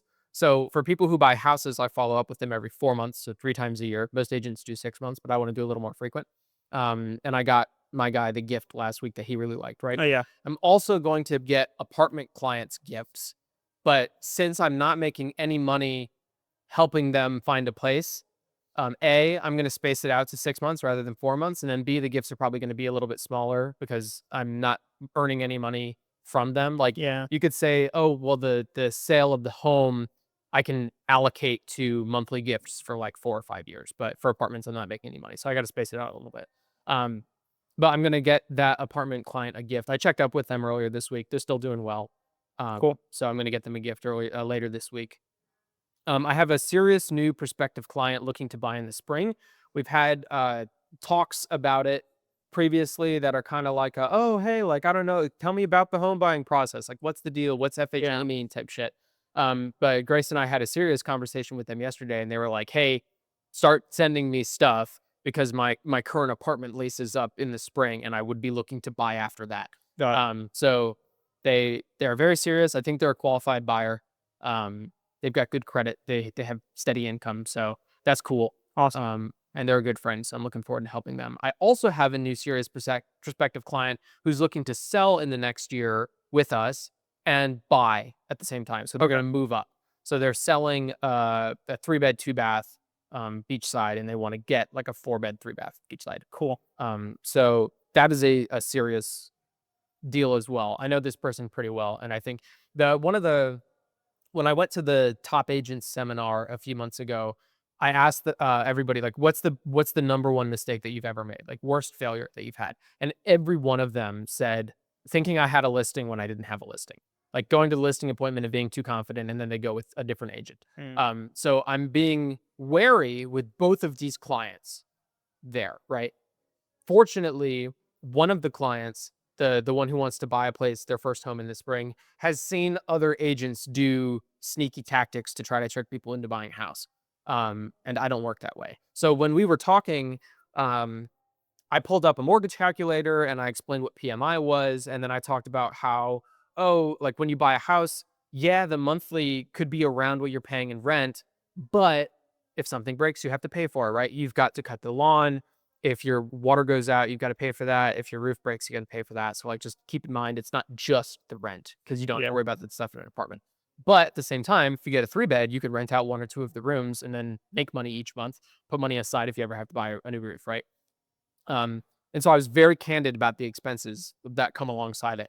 And they were really appreciative because we have both seen other agents not mention that shit at all. They just talk about like, oh, I've got this down payment program, so you don't have to put any money down. We can like literally get you into a house with like just $1,000 down, and like then you own a home, which is true, but you're not also explaining the risks, right? Um, and so I'm fairly confident with that. And then Cool. yeah, honestly, the same thing with the person who's looking to sell and buy too, but different situation. Um, but those are looking good, so I'm happy Good. with that. Neither of those are from lead gen. That's just from my sphere of influence, like people who I know. Okay. So not cold calls, not Facebook leads, not anything like that. But granted, I'm not doing any of those other lead gen things right now. I'm sitting on my cold call list. I'm waiting for my software guy to get back to me with my foreclosure list to work with innovation agreements. Yeah. Um, and I'm running one static image Facebook ad at like $5 a day just to get in the routine of checking it. So I'm not actually trying to do any of those lead gen things because I'm focusing on my listing launch system, the LLS, that I'm trying to think Mm, of an easier acronym for because saying LLS doesn't really roll off the tongue, yeah. um, especially when my mouth is dry. But so that's my client update. Pretty chill at the moment, not a whole lot going on. Cool. Um, this weekend I did another open house, so that's like 20 weeks in a row now. I should actually keep track of how many in a row it's been. Um, this was at the same house. I've done for to set a baseline. I like to do an open house every weekend in a different city, different neighborhood, different type of house to get a consistent feeling of like what the housing market is like in the county right now, not just one area, right? Yeah. This week is the 3rd week in a row I've done the same house because this place is so fucking cool. This is the one with Oh, like yeah. the courtyard pool and Yep. stuff like that. Um, and I had like the worst experience with an agent this weekend. Our open house was at 11 to 2. And we hit some traffic on the Beeline 528 that I wasn't expecting. So we were on track to get there like 11:04, right? So like 4 minutes late. But usually you get there, you set up, you put out signs, and then people see the signs and they start coming. Or they see that you have an open house that day and they aim for like noon, like the middle of the open house, right? We get a call at 10:57 from a real estate agent that we don't recognize. She's from a different brokerage. Um, and she was like, "Hi, I'm here with my clients, and you're supposed to have an open house today, but no one's here." And we're like, "Oh yeah, we're on our way. We'll be there at like 4 minutes late." And she was like, "Fine," and then hung up the phone. And I was like, "What the fuck?" And so we get there, and I'm like, I'm not. Well, what a terrible way to sell a house by being in a mood, right? So I get there and I'm like, "Hey, good morning, everybody. Thanks for coming. We appreciate your patience. We hit some unexpected traffic on the Beeline. Here we are." We drove up from Melbourne, so it was a bit of a drive because this is up in North Merritt Island. Okay. And the lady hands me her business card. She flicks it at me with 2 fingers like this, doesn't even look at me, and she goes, "I drove from Melbourne too." And I'm like, "All right, fucking bitch. Okay, fine." It's a shitty business card. It's like Arial font, black type on a white background with a black and white photo that looks like a 4-year-old dragged it into a Word doc. It looks terrible, right? And this bitch has a terrible attitude. And I'm like, "Fuck, whatever, right?" But her clients are nice, and so I'm treating them well. I'm Yeah. treating her well too, better than I should, honestly, because in real estate, dude, this isn't my listing. I don't have to be nice to this lady. I can return the rudeness, right? Yeah. You said something once that sticks with me every time someone's rude to me, which is it's free to be polite. And Oh, so true. Yeah. that's exactly what I did, and I was nice to this. I actually had a similar experience. I'll tell you about it after this. Yeah. So they go walk around the house, and Grace and I are setting up, and I'm like, "Hey, heads up, this lady's a fucking bitch." And she was like, "Yeah, I know." She like said something to me too while I was setting signs up, and I Mhm. was like, "What the hell?" And so I go put signs out and I come back and she's standing in the courtyard with the pool with her buyers. And I was like, has she asked you any questions? And Grace was like, no. And I was like, well, that's a bummer because I have a lot of information on this house because it's my third week in a row doing this house. I've spoken with the listing agent multiple times because she's super nice. She's got some life stuff going on right now, so she can't do consistent open houses for this listing. And so we're helping her out. And then we get good exposure because we've had a lot of people come through this open house. And it turns out, so I was like, man, this real estate agent who's in a mood is making a huge mistake for several reasons. Number one, she told her clients to get there before the open house starts, right? So if she called us at 10:57, that means they probably got there 10 minutes early at 10:50, right? Yeah. And then after 7 minutes of waiting and we still weren't there, she was like, where are they, right? Wrong assumption because it starts at 11. So don't expect to get into the house before 11.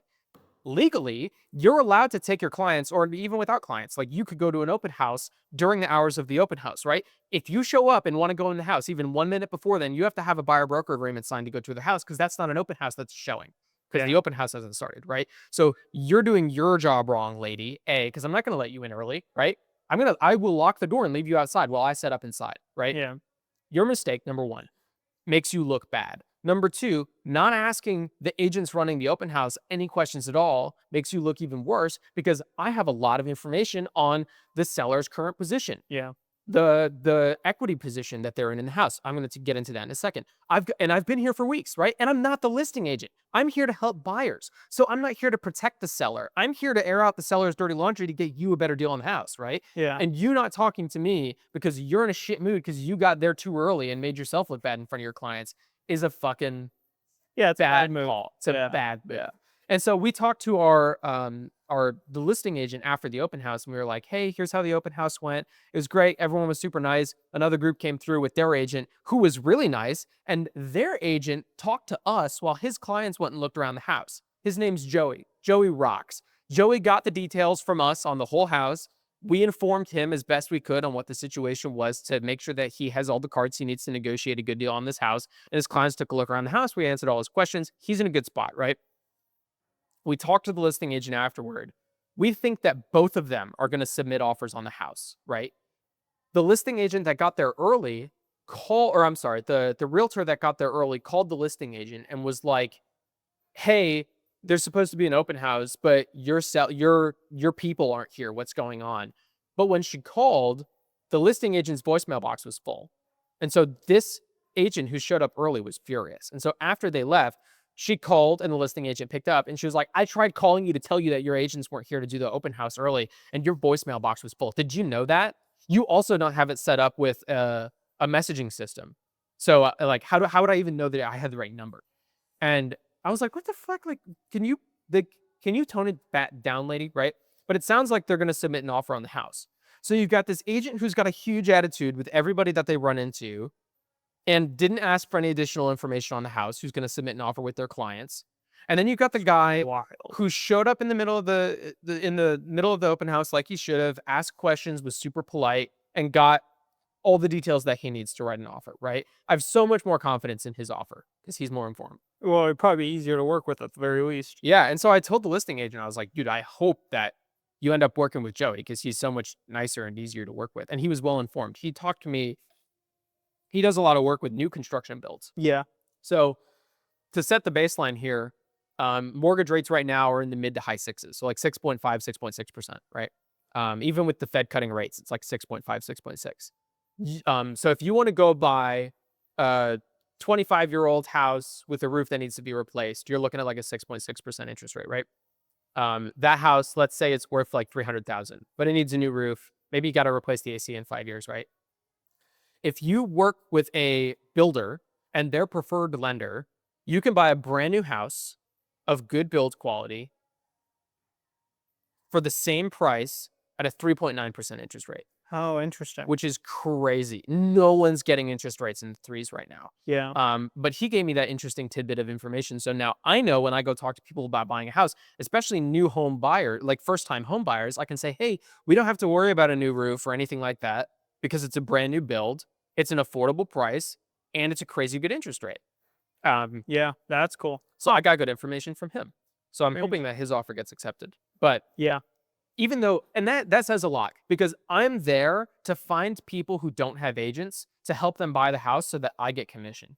But if I'm saying, I hope this other agent at a different brokerage that bought clients into this open house, I hope he goes under contract, says a lot, because it's me saying, I hope I don't get any money from this and I miss out on it entirely, right? Yeah. But it's just working with good people, and I know the seller is a good person. Yeah. Yeah.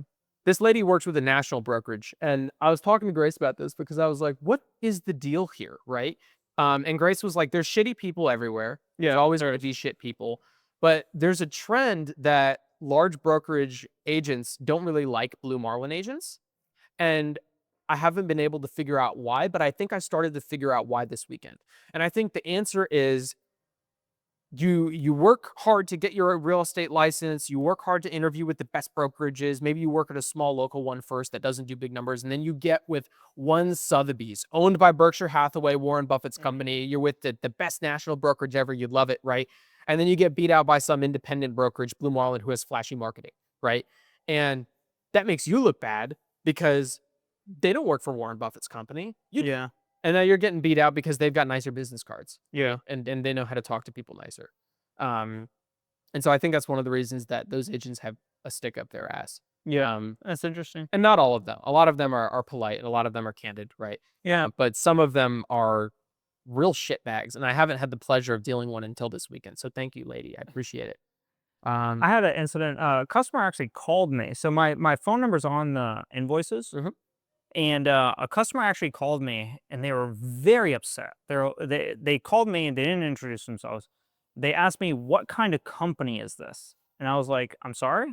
And they were like, "What kind of company is this?" They were very upset. It's a limited And I was liability like, company. "Are you referring to Sweco that sells or sells educational kids toys?" Yeah. And they're like, "Yeah. What kind of company are you?" And I was like, can I help you? Like, do you have an order or whatever? And so they didn't have their order number, but they gave them their name. And they texted me, and essentially they were in the boat of, I don't know where my order is, and I expected it to be delivered. Got it. Um, it's been 5 days since the order was placed. They're in the United States, and it's actually almost to them. Okay. So this is like, order shipping went smoothly, Yeah. all that stuff. No real delays or anything, no delays at all. Everything's going smoothly, and I'm like, yeah, looking at the order. This was on a Friday. Mm-hmm. Looking at the order, I said it should be there in 3 business days or less. Okay. And they were essentially like, okay, well, if it's not here by Wednesday, I'm going to file a claim with my bank. Okay. And I said, okay, no worries. If you want to, you can just text me. And if it's not there by Wednesday, I'll just refund you. Easy peasy. Technically speaking, our return or our shipping policy allows for much more leeway than that, right? It's not anything crazy, but it's like, to expect it within 8 business days. Like 8 business days is good. Yeah. I was essentially like, I'll just make this person happy. If they don't have it in 8 business days, I'll just refund them the 50 some odd dollars for their order or whatever. Right. But I was very polite on the phone, super nice. They were upset the whole time. That's okay. That's their choice. And it got to Monday and I checked it. Delivered on Monday. I was like, awesome. Before Wednesday. Yep. They text me Wednesday and they say, hey, I still haven't received my order yet. So I say, super weird. And so I pull up the tracking. I ask for proof of delivery from my shipping supplier. I get proof of delivery from the shipping supplier. I get validation on the tracking software that I use. And I send her a screenshot of the shipping address. Mm-hmm. And I say, hey, like it looks to be as though it was delivered. This is the shipping address that was inputted at the time of checkout. Is this correct? No response. Interesting. And I say, okay, I just kind of leave it there. Yeah. Send her all the information. I'm like, hey, like, can I help you in any way? Like, is this the right address? Nothing. Friday, I get a chargeback claim on that order. So essentially what I think happened is that I've seen this happen before, where a customer will input like their daughter's address instead of their own address on an autofill. Right. And it will send to their daughter instead of them. Yeah. Or whatever. And what sucks is like, if like I had gotten any information after the point of sending in the shipping address, like there was opportunity to work from there. Mm-hmm. Right. What sucks for both of us now is I can't actually refund her because of the chargeback claim. Mhm. I can manually send her money, Yeah. but then I risk the refund from the chargeback claim, the fee from the bank, which is $25 extra, Right. and refunding her for the original order on my end. Yeah. So I essentially risk like $150 Right. for something I could have just refunded her $50 for Right. if I'd gotten any response or text message answer. So now this sucks for both of us. One, because of that, I literally can't refund her effectively at all at this point. Two is that now there's going to be a case submitted from my end of things and her end of things Because of the chargeback claim. because of the chargeback claim. I can't stop that case from being submitted. That's her choice. And if Right. she's not responding to me, she's not going to cancel it Right. because I can't talk to her about it if she's not responding to me. Now this claim gets submitted as evidence on both sides. Right. And when the bank looks at my order that was shipped and delivered with confirmation, On time. and then they look at the policy and they see it was delivered well under the limit of shipping and it was proof of delivery, Right. they're not going to refund her. Right. And it's like, that process takes a month. Right. And so she's over a month actually, because the deadline is mid-October and then it takes a month to process after that. Right. So now you're looking at like a month and a half, 2 months, Right. Over $50. over $50. And it's like, if you just communicated with me, like about the, like, even if she said like, crap, I sent you the wrong shipping address. Like Right. there is room to work with there. Whether it's a redistribution, Yeah. whether I send her a new product to correct address, whether I just refund her and she's happy and I don't have this situation in my life anymore. Yeah. Right? Like there are opportunities there to solve this issue. But the hard part now is that like now she's stuck being upset about this. Yeah. Where there could have been an easy resolution. Right. And now there's a chargeback claim, which she's clearly going to lose. And I literally sent her the proof of why she's going to lose it on Wednesday, and she filed the claim on Friday. See, It's you like- can't help people like It's this, like dude. I can't help you if you call me up and you scream at me on the phone and then you don't respond to me trying to help you. Right. Look, I literally want your experience to be good because I'm a small company Yeah. and I have something that I think I believe is good. Like I have great reviews on it. Right. It's a good product. I'm a small company. I want their experience to be good. I don't want to have this situation. Right. Right. And it's like, it sucks because like, I don't think this person's a bad person. I think that they ordered something off of a site and maybe they've been scammed before. Maybe they have something else going on in their lives, whatever. Right. Like it's cool, but like, just talk to me. I Like think they're a bad you know, I'm a real person. You literally talk to me on the phone. I think they're a bad person because there's a lot of people that will order stuff off of small sites because they know that their refund policy is more flexible than like Walmart, right? And they know that you're just a person. So they can order it to their address, say that they haven't gotten it yet, and request a refund anyways. And you'll usually give it to them. But if there's not an actual problem, then they can just file a charge, right? A Yeah. chargeback, right? So most small business owners would just be like, all right, here's your money back. Customer's happy, right? But you're actually trying to solve the problem of getting the item to her properly and giving the refund, right? But if it's been delivered to where they asked it to be delivered to, then your hands are tied because you've like nothing is wrong, right? And so then they have to file a chargeback claim. But I have seen it happen before where people will order from small businesses because you guys are easier to take advantage of by getting a refund. But if you aren't going to refund her because genuinely nothing is wrong, then she'll just file a claim on the credit card and then the credit card company has to deal with it. Yeah, and it's just I'm dealing with another one of those cases right now where someone inputted the incorrect address upon checkout, and so they sent me the correct address, and then I reshipped it to them at my cost. And then they now claim again that that wasn't the correct address. And I was like, Yeah, you can't. you are either really bad at typing or you're scamming me. Right. And 90% chances that you're scamming me. If they did it wrong once and then you helped them, that's a good thing. Yeah. But if you do it wrong twice, shame on you. Yeah. So it's You like fucked now I'm either just gonna let that one ride and wait for the claim. Yeah. And then fight it. Because they haven't been communicative with me after I was like, hey, like this is the second address I've sent it to. Right. I'm gonna figure that one out. But it's like situations like that, like sometimes you just get people that are really hard to work with, and Yeah. it is what it is. But it just sucks because it's like I literally I want your experience to be good, and I want to help you. Right. When you don't communicate with me, and then when you do communicate, you yell at me, and then I'm still polite despite that, and then you make both of our lives harder. Like when you're digging yourself the hole, it makes it really hard to dig you out. Right. You know, Well, it makes even me if not I'm want to trying. dig you out. Yeah, even if I want to, like I literally want to, Yeah. and they're digging faster than I can get them out, Yeah. and it's like, like those situations are hard. You Yeah. know what I mean? I But hear you. yeah. Anyway, sorry. Yeah, no worries. Did it again. No worries. So this house in particular is really cool. It's interesting. It's priced at like I'm gonna use vague numbers and not the address. You know, you can do the math. Um, it's priced around 675, right? I think it's priced high because to my knowledge, it was built in 2013, so the roof is like right on the edge of needing to be replaced for if you're going to buy it with financing, right? And it's in kind of rough shape. It was pretty banged up, right? I know that the current owner inherited it from the previous owners. So I know that the situation there is like it's not in this condition because of the current owner. They inherited it, right?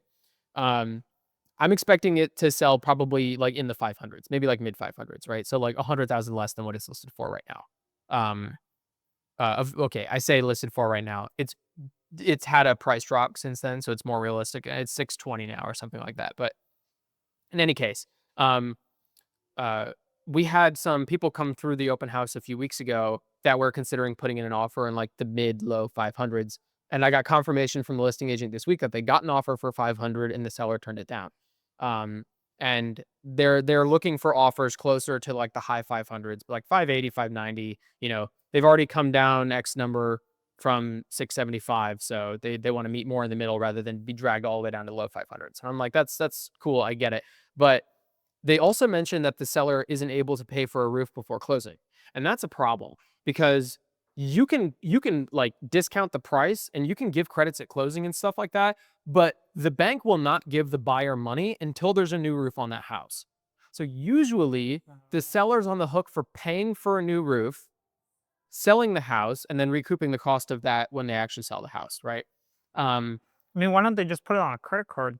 If they're gonna pay it off within 30 days, it doesn't even matter if it's 0% APR. I don't know because I'm not the listing agent, so I can't Yeah. talk to the owner. But they were like, we are selling it as is. We're not changing anything, right? And so you can sell to only cash buyers who don't need to borrow money from a bank, but you're kind of putting a buyer in a tough spot. There are ways of getting a house with a bunk roof on it with financing. There's ways to do that, right? You can get creative with the financing. One of the ways is something I was looking at with my first client. There's an FHA 203K loan that you can get where you roll the cost of a new roof into the mortgage, and then the government backs that. It's a federal loan. They back that. So they come out and take a look at the house and they're like, yep, with the new roof, it's good to go. So we're going to give you the money for a new roof. You have to put the new roof on and then we can go from there. There's a few different ways you can get into it, right? But Yeah. it just makes it more difficult. So I'm like, man, it's like a $650,000 house in good condition. Why you don't have the money to put a new roof on? And then I go, oh, that's right. They inherited it. Right. Okay, got it. So like just because you inherited something doesn't mean that you have the money to fix it, right? Right. Um, and so then I kind of got curious and I was like, well, I mean, I'm expecting this house to sell kind of in like the mid low fives, right? But they priced it really aggressively and now they're slowly coming down. A listing that lingers isn't good for the seller, as I've said before. So like, what's the deal here? And I have had private conversations with the listing agent. I know kind of what the seller's bottom line is. And I'm like, why is the bottom line there? That doesn't make sense. That bottom line is too high. And so then I started thinking to myself, oh, well, if they inherited the house with a mortgage, like they're people that they inherited it from were still paying it off, they would have a bottom line because they would have to meet that to pay the house off. That makes sense. And then I go, well, hang on. The house is worth at best in perfect condition, like 650, 700. So why would they still need to make like that 550, 580 number? That's a lot of mortgage left. And these people have owned it since 2013. What's the deal? So I did some digging. There's a tool in the MLS. It's called IMAP. I don't know what the acronym stands for, but it shows you how much someone owes left on the house and how much equity they have. So literally it tells you, here's what they bought it for, when they bought it, here's what they still have left to pay, here's what the house is worth now, we think, and here's how much equity they have in the house, right? And so pulling up this one, it shows that they owe 1.4 million. Interesting. Interesting. Mathematically, that shouldn't be possible. Because even if you take out a second mortgage on a home, you can only borrow what the home is worth. And the home has never been worth 1.4 million. So how the fuck does that work, right? Yeah. And so I was kind of stuck on it for a day. And I was like, I don't know what this means. I'm not going to get into it. I don't want to ask the listing agent and get into their private business. But I don't know what's going on, right? Bring in the pedophile. What? The, Okay. the pedophile. There's a man who used to go to Kraken. His name is Demetrius, or he goes by Demetrius. Oh, yeah. He would always strike up conversations by saying like really racist or homophobic shit. And then Yeah. people would be like, hey, Demetrius, you can't say that. He's like 75. He's an older guy. So he was like, oh, why not? And then he'd have that conversation. He'd have that conversation Oh, okay. with everybody all the time, right? Turns out he's a registered sex offender and he lives less than 1 mile away from an elementary school in Palm Bay. That's convenient. That's convenient. That's recently come to light in the bar community. And like, everybody's sharing this information because, not acceptable. And everybody should know about this, right? Especially with the way that he conducts himself. And so I was talking to one of my mutual friends who actually is neighbors with this guy. He lives near him. And he was like, yeah, I pulled him up because I want to know who all the registered sex offenders are in my neighborhood. And this is how I found him. And I was like, oh, how'd you find that up? And so he showed me how to look for registered sex offenders in the county records. Mm. And I was like, I wonder what else you can do in the county records. And I found out mortgages and deeds and wedding licenses and notice of commencements when you get new roofs and roofing permits are all public record. And so I'm like, man, I can use this new skill that I learned from this pedophile situation to find out what the deal is on this house, right? And so I go in. I find out they bought the house in 2012, 2013, right? And there's no roofing records from then on. And I go, okay, got it. No new roof. Original roof. Should be replaced, right? But they bought it in 2012 for $175,000. And I'm like, that's after 2008. That's after the housing crash. But there's no way that this house would have ever been sold. It's a 5-bed, 4-bed house, or a 5-bed, 4-bath house with a pool and a 3-car garage. It's never sold for $175,000. What's the deal? So I go to Google Earth Images and I go back to 2012. There's cars in the driveway. It looks good. I go back to 2011. It's still under construction. All the way back to 2007. Construction started in 2007. The roof was put on, but the house wasn't finished. Someone was building this house when 2008 happened. They waited, couldn't finish the house, and sold it for $175,000 in 2012, where the new owners, the people who then passed it on to the current owner, finished the house. That means the home was finished in 2013, but the roof was put on in 2007. So this roof has to go. No bank. Sometimes if it's like 10 or 12 years old, depending on your lender, if they pass inspection, like they'll be okay with it. No shot. Now this is an 18-year-old roof. It needs to be replaced, right? And so I'm like, man, that's crazy. But they bought it for $175,000. Even if it costs $200,000 to repair, like actually finish, right? You're only in the hole like $375,000. So why is the break even $550,000, $580,000? I don't understand. And so I go further into the county records and I find out they pulled out what's called a reverse mortgage in 2018 for $748,000, which is weird because the house, even at its peak in COVID times, was never worth $748,000. It peaked at like $700,000, right? So how did they get a green light for a reverse mortgage, which is like a second mortgage, right? It's not. A second mortgage is when you pay into your home. Let's say you own your home outright. Yeah. You can borrow that money back from the bank in a lump sum, and then you can go invest it or you can buy a car or whatever, and then you have to pay the bank back, right?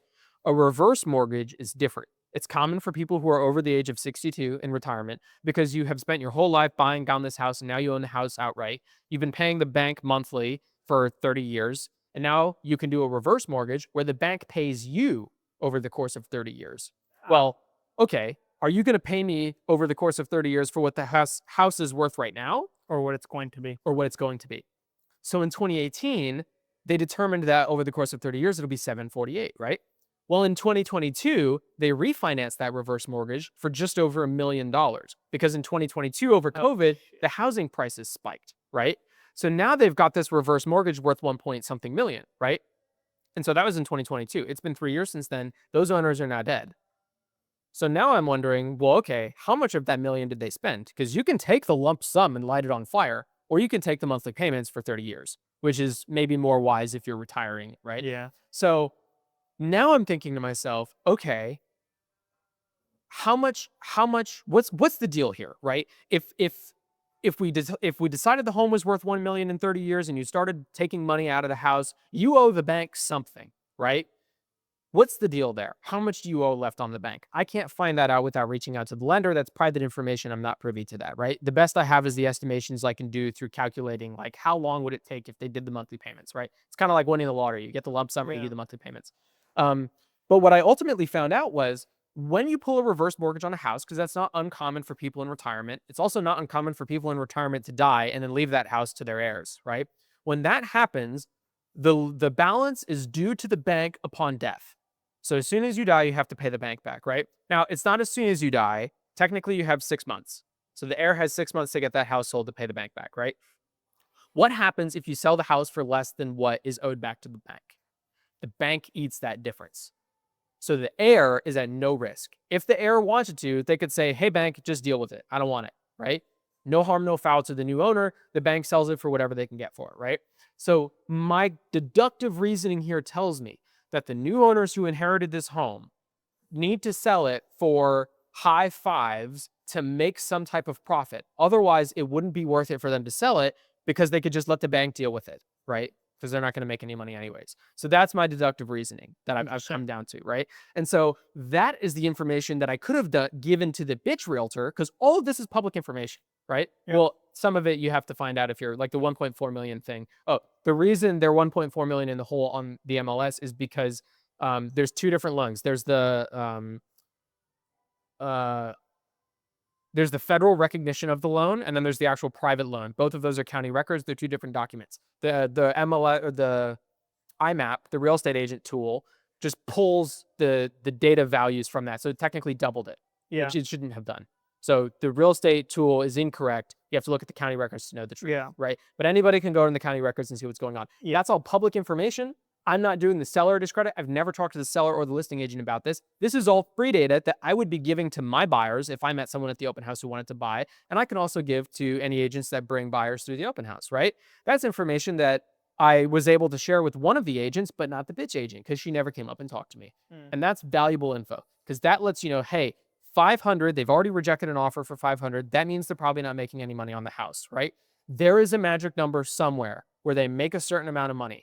Either I'm profiting $1 or my goal is to profit 30,000. And that opens up a conversation with the listing agent, right? Yeah. Like that information is valuable because that allows you to negotiate. And so I was able to use this newfound information to help the person who, my prospective future client who owns in Satellite Beach and is looking to sell, right? Because on the MLS, there's no roofing permits. So it looks like the roof is original and they're definitely going to have to pay for a new roof before they sell. And that's a big deal, right?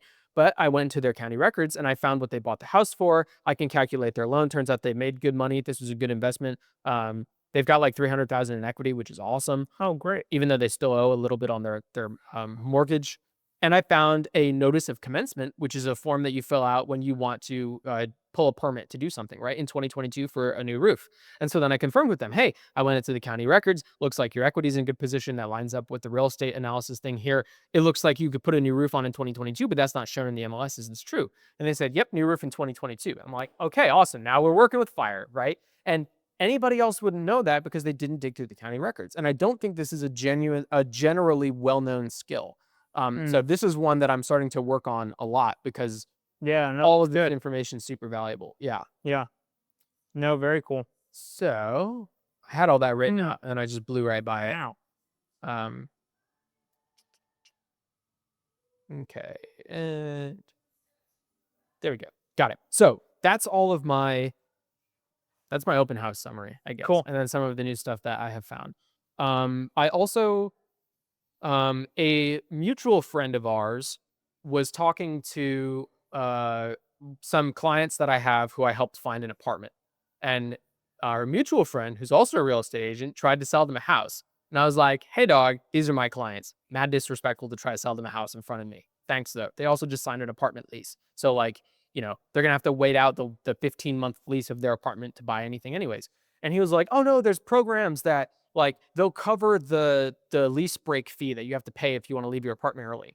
And I was like, I've never heard of anything like that. He's like, yeah, there's lease break things. Then there's a down payment thing. Like, I've got a really great lender. And I'm like, I am calling bullshit on this. And so I asked him for the name of his lender. He gave it to me and I reached out to her. She's actually really awesome. She's specializes in VA loans, which is cool because I want to learn more about VA loans.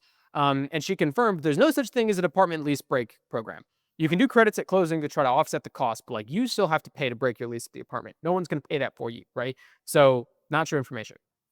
But she did confirm that there is down payment assist programs, and they'll cover up to 100% of the down payment, and you just roll that into a loan. Yeah. So you can buy a house for genuinely zero money down, no down payment, no anything, right? You're going to have PMI, private mortgage insurance, or depending on the type of loan you do, it's mortgage insurance premium or uh, uh, the other thing, PMI, private mortgage insurance, two different things. Yeah.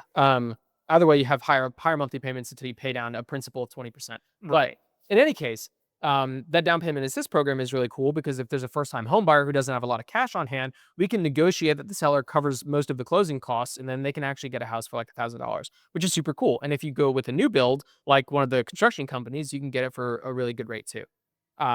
So I opened up conversations with this lender because we were getting along really well. So we've got a lunch scheduled for next week, and then I'm going to one of her VA loan training seminars. VA is Veterans Association. So we're going to go to her vet training thing in a few weeks' time too. So those are cool. Now onto my listing system, which is the actual thing that I work on every day. Got it. So I'm going to pull up my whiteboard here. I've been building it in this Canva whiteboard, right? Yep. And I think I've shown you in previous weeks what it kind of looks like, right? Yes. So this is what I have so far. Yep. And I'll say it out loud for the microphones. But it's essentially, this is the life of a listing. Yep. That's a good way of saying it. So day one, we signed the listing. LOL. Yeah, life of a listing. Life of listing. Life of listing. Triple L. L cubed. Day one, you sign the listing agreement, get the photos done. Now we're in the coming soon where I can market it, but I can't accept any offers or do any showings. Then we do the listing launch, which is this big long thing with all this data that is actually going to generate offers technically day 2 on market because I have to put it on the market on day 20, which is really frustrating because I really want to be able to say I have a system that gets houses under contract first day on market, not second day on market. Yeah. And then I've got contingencies for if you go under contract or you don't. Frame it instead of I actually have a 2 days or 3 days, within 72 hours, within 48 hours. I have a better way. So just hang tight. Cool. So then I've got 2 different contingencies. Either you go under contract and then you're a pending listing and you go through all the inspection period stuff, or you don't go under contract and then what do you do? Because now this is a marathon, not a sprint. And so I've got weekly targets where if we don't hit these goals, like 10 showings and a strong online engagement, then we drop the price, right? And so then I got to the point where I was like, well, I'd like to hit weekly goals. And if we don't hit them, we adjust the offer. But I don't like just doing a price hit all the time because A, that stinks. When people look at it, they go, oh, that's dropping in price. Something's wrong. And then also it's not very interesting or engaging to me. So then I have these long list of strategy options here. These are different things that we can do to make a listing more appealing, right? This is what we talked about last week. I've added to this, but I don't remember what I covered last week. So I'm just going to kind of skip past it for now. Yep. No, I remember you went through a breakdown of like 3 different offers that are the same price but completely different variants. Yeah. Yeah, I remember this. This box started to really take into its own being a whiteboard because I started to throw unrelated shit in here. So I saw a TikTok where this guy who owns an AC company said, we had been doing radio spots where we would say, hey, everybody, buy our AC systems. We'll give you $1,500 off, right? Decent sales. Mm-hmm. Then he changed it to, we'll give you $1,500 off if we can't install a new unit by the end of the day. Ah. And that went gangbusters, right? So like they're offering $1,500, they were offering $1,500 off everything anyways. But now it's like, hey, if I don't perform, then you get $1,500 off, which is a concession you're willing to make anyways. And so then I tried to relate that to real estate. And so I was like, oh, if I, as your real estate agent, take more than 4 hours to respond, then I'll give you $500 toward closing costs. Or, you get $500 off my commission if you don't get your home value from me in the same day, like an equity report, right? I'm still playing around with that. But I got distracted because I have this, which is I skip days, right? Like nothing happens on day 2, 3, or 4, right? I don't really like that because the way that I like to work my systems is I like to know every single step of the way, even if my customer doesn't need to see all that data, right? So then I blew this up and I expanded it into literally every day from the beginning to the end of a listing, every single day. Oh, wow. And I'm going to fill this out with as much information as I possibly can. And then I broke down when you go into contract, this is the inspection period, the appraisal period, and then the waiting on finance period. And then I'm going to do the same thing down here for what if we go into the marathon non-sprint phase, right? Nice. So I'm going to add, I laid the framework this week for what I kind of want it to look like. And then I started to sprinkle stuff in here and there. But I'm going to hammer down on this week and go fucking crazy on it. So I can pull this up in a listing agreement and say, hey, how many other agents have you seen who have this level of autism that are ready to handle your home? And the answer is none of them, right? And so I'm going to show them all this. And instead of walking them through all this, because this is a lot, I'm just going to walk them through what this looks like, because these are the basics. So I'm going to turn this into the highlight reel, and then I'm going to turn this into the literally everything reel. Yeah. But one of the pain points that I have started to talk to people who have sold houses before, and one of their pain points is obviously when you go through the process of buying a house, it's really straightforward. That one looks good. I got an inspection. I'm ready to buy. But selling a house is different, especially because when you sell a house, you also have to buy a house too. And sometimes the purchase of a new house is contingent upon the sale of your current house. And so a lot of sellers have huge unknowns of like, so for mine, my biggest unknown is, well, what if we don't get an offer at the listing launch? What if we don't go under contract on day one on market? Then what, right? And so I want to have a full timeline that answers that question like 6 different ways to Sunday. And I want to highlight some of my favorite repricing strategies that we can do that I can go over in a listing agreement, right? Yeah. And so all of that is going really well. That is the Canva whiteboard portion of it. I'm now also looking at my listing launch, which is like at the heart of this whole system. So I have 6 affiliate partnerships secured with like a moving company and a painting company and a mobile detailing company and stuff like that.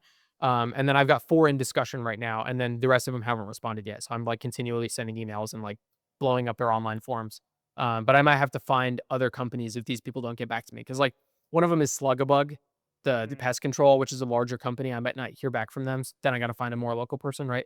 I'm trying to work with local businesses where I can anyways, but some of them I just don't know. Like the pest guy that I wanted to use is the one that my parents use. It's one guy who owns this company and his voicemail box is full and he has no email and no website. So I don't know how to get a hold of him other than that. Yeah. Tony, please call me back.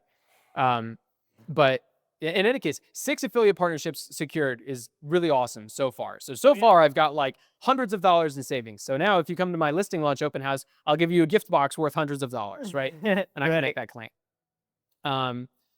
Let's see. What else did I do? I did a couple miscellaneous things that I forgot about this week. One of them is another part of my listing launch in that little gift box is you get an automatic subscription to my newsletter. That means I need to have a newsletter. I don't have a newsletter, right? And so I drafted one this week. Grace hated it, so I wrote another one this week. Essentially, I want to make like the Mosey Minute emails. You know those? They're like short. There's big gaps between the lines. It's like a 1-minute read that gives you value, right? So I want to create a weekly newsletter that talks about what the real estate market is doing in Brevard County. And if you want something specific to your part of Brevard, north, south, central, or beachside, this was a recommendation made by my dad.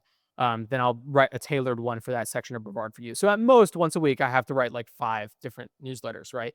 But that's provided people actually give a shit and ask for their specific area. Who knows if that's going to happen? But I drafted a newsletter and then I wrote a real one. What I did was I went to the MLS, which has all the housing data in Brevard. I set it to the previous week. I exported that into a big ass Excel sheet, uploaded that to ChatGPT, and then said, use the data in the Excel sheet to write me a weekly update. And then it writes me the update. I hate all of it. So I take the data points, like the numbers, and then I write my own because I don't like the way ChatGPT does it. And so then I wrote my own and I sent it out to like 25 people. I BCC'd everybody and asked for feedback. And so far I've got feedback from 3 people and all of the feedback has been good. And so I'm going to do another one this week. I'm going to send them out on Wednesdays. That's when ChatGPT told me it's the best day to send out email newsletters. And so I'm going to keep doing that with a small test group of people that are blind CC'd until I'm happy with it, probably in 3 weeks' time. And then I'm going to take every email of everybody in my contacts list that I know, and I'm going to put them on email blast. And then people are going to request to be taken off of it. And then I'm going to go, sure thing, why? And then we'll have a conversation about it. Oh, yeah. So that's another part of the listing thing that I did. Cool. There's more. So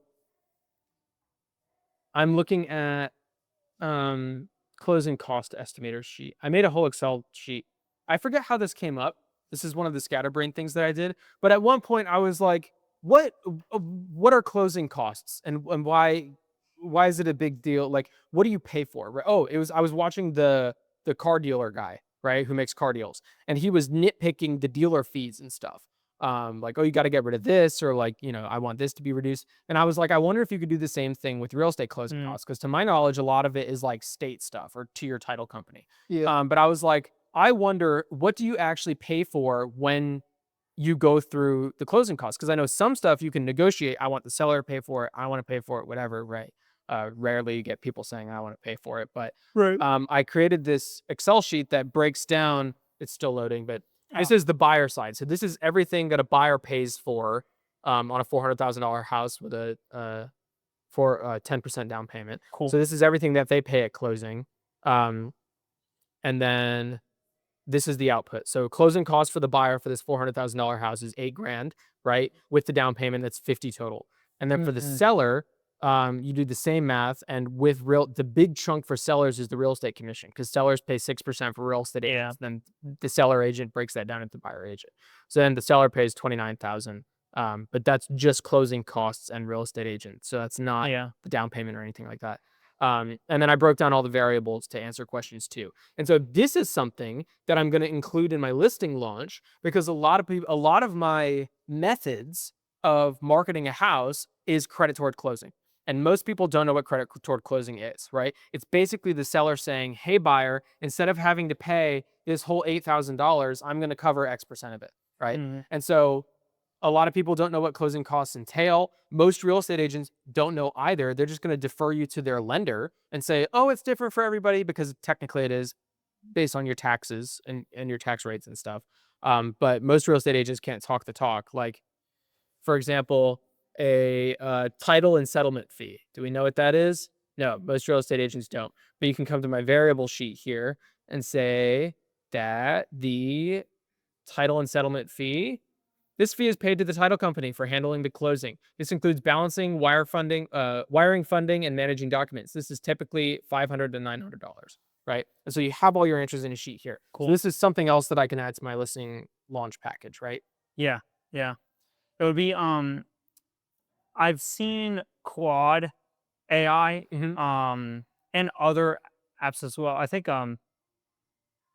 oh man, Lovery, is that another AI app? I don't know. I heard of it. It's not a dating app. It's an app. It's an app generation app. But anyways, long story short, I've seen a lot of AI generating really cool apps. I wonder if you could turn this information, just upload it to an AI program and ask it to generate an app that could be just like a web-based app. And then like you can have people who are like interested fill out their information. Right. And then like, oh, they'll like spit out an approximation. You know? Right. There would probably be some like legality into it, like these are only estimates, blah, blah, blah, Yeah. right? Yeah. But that could be a neat way to like package that into a like easily digestible format. Right. Well, and this is set for 400,000. So to your point, what if I'm selling a $600,000 house? And what if my real estate agent doesn't do 6? They're a bad agent, and so they do 5, right? Yeah. So that's interesting too. Actually, I have this idea where I'm going to give them all this stuff in a box when they come to the listing launch, right? But I would like to have a website that anybody who Googles me can see. There's like an about me page. There's my stats, how many houses I've sold, stuff like that, how I like to operate, what I offer that's different, right? Yeah. And then there's a different tab where you can see my current active listings.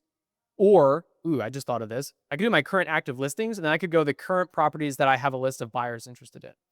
So if you're a real estate agent and you're like, oh, I have a listing for a 3-bed, 2-bath house in Rockledge, you can go to my website and goes, oh shit, Mason's got 4 buyers interested in something like that. I'll shoot him a message. I don't know. That could be cool. And then I want a third tab, which is for VIPs only. And so once you go to my listing launch, I'll give you the access code. I don't know, Mason 39 or something like that. Then you type in the access code, and then you get all of this stuff. You get access to the Excel sheet, but I could make it an automatic calculator like you're saying. And then you get access to my super early listings and stuff like that. Maybe more details on the listings that I have. Just more value, right? Right. Haven't started on the website design at all yet, because I'm still working out this listing launch thing. And then my last weakest link that I tackled this week. So basically the way that I'm working is I'm looking at everything, and then I'm going, what am I least confident in? So at first it was like the life of a listing. So I tackled that in the whiteboard. Now I feel confident about that. What's next? The closing costs. So then I tackled that, and I'm going to the next thing, right? Yeah. And the last thing that I worked on this week was CMA training, because when I was in the open house last week, it was listed for like 675. It needed some work, and one of the people that came through was like, "What would you pay for this house?" And I was like, "Fuck, dude, I don't know," because like I didn't say him. I didn't say that to him, but in my head, I was like, I don't know. It's like, I don't know how much this roof is going to cost. I don't know like anything, right? I can't do the CMA in my head, right? Not even close. Yeah. And so afterward, I left. I left and talked to Grace, and I was like, I want to be able to get pretty close with CMAs, like off rip. I want to know how much remodeling a kitchen costs. I want to know how much a big roof with lots of peaks like this costs, right? I want to be able to eyeball it and gauge, right?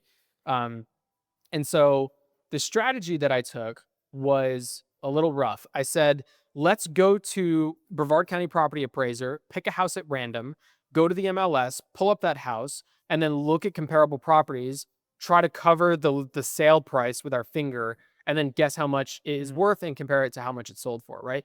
The issue with that is that everybody prices houses differently, right? Some people price houses really low and they sell in 5 days because they priced it really low.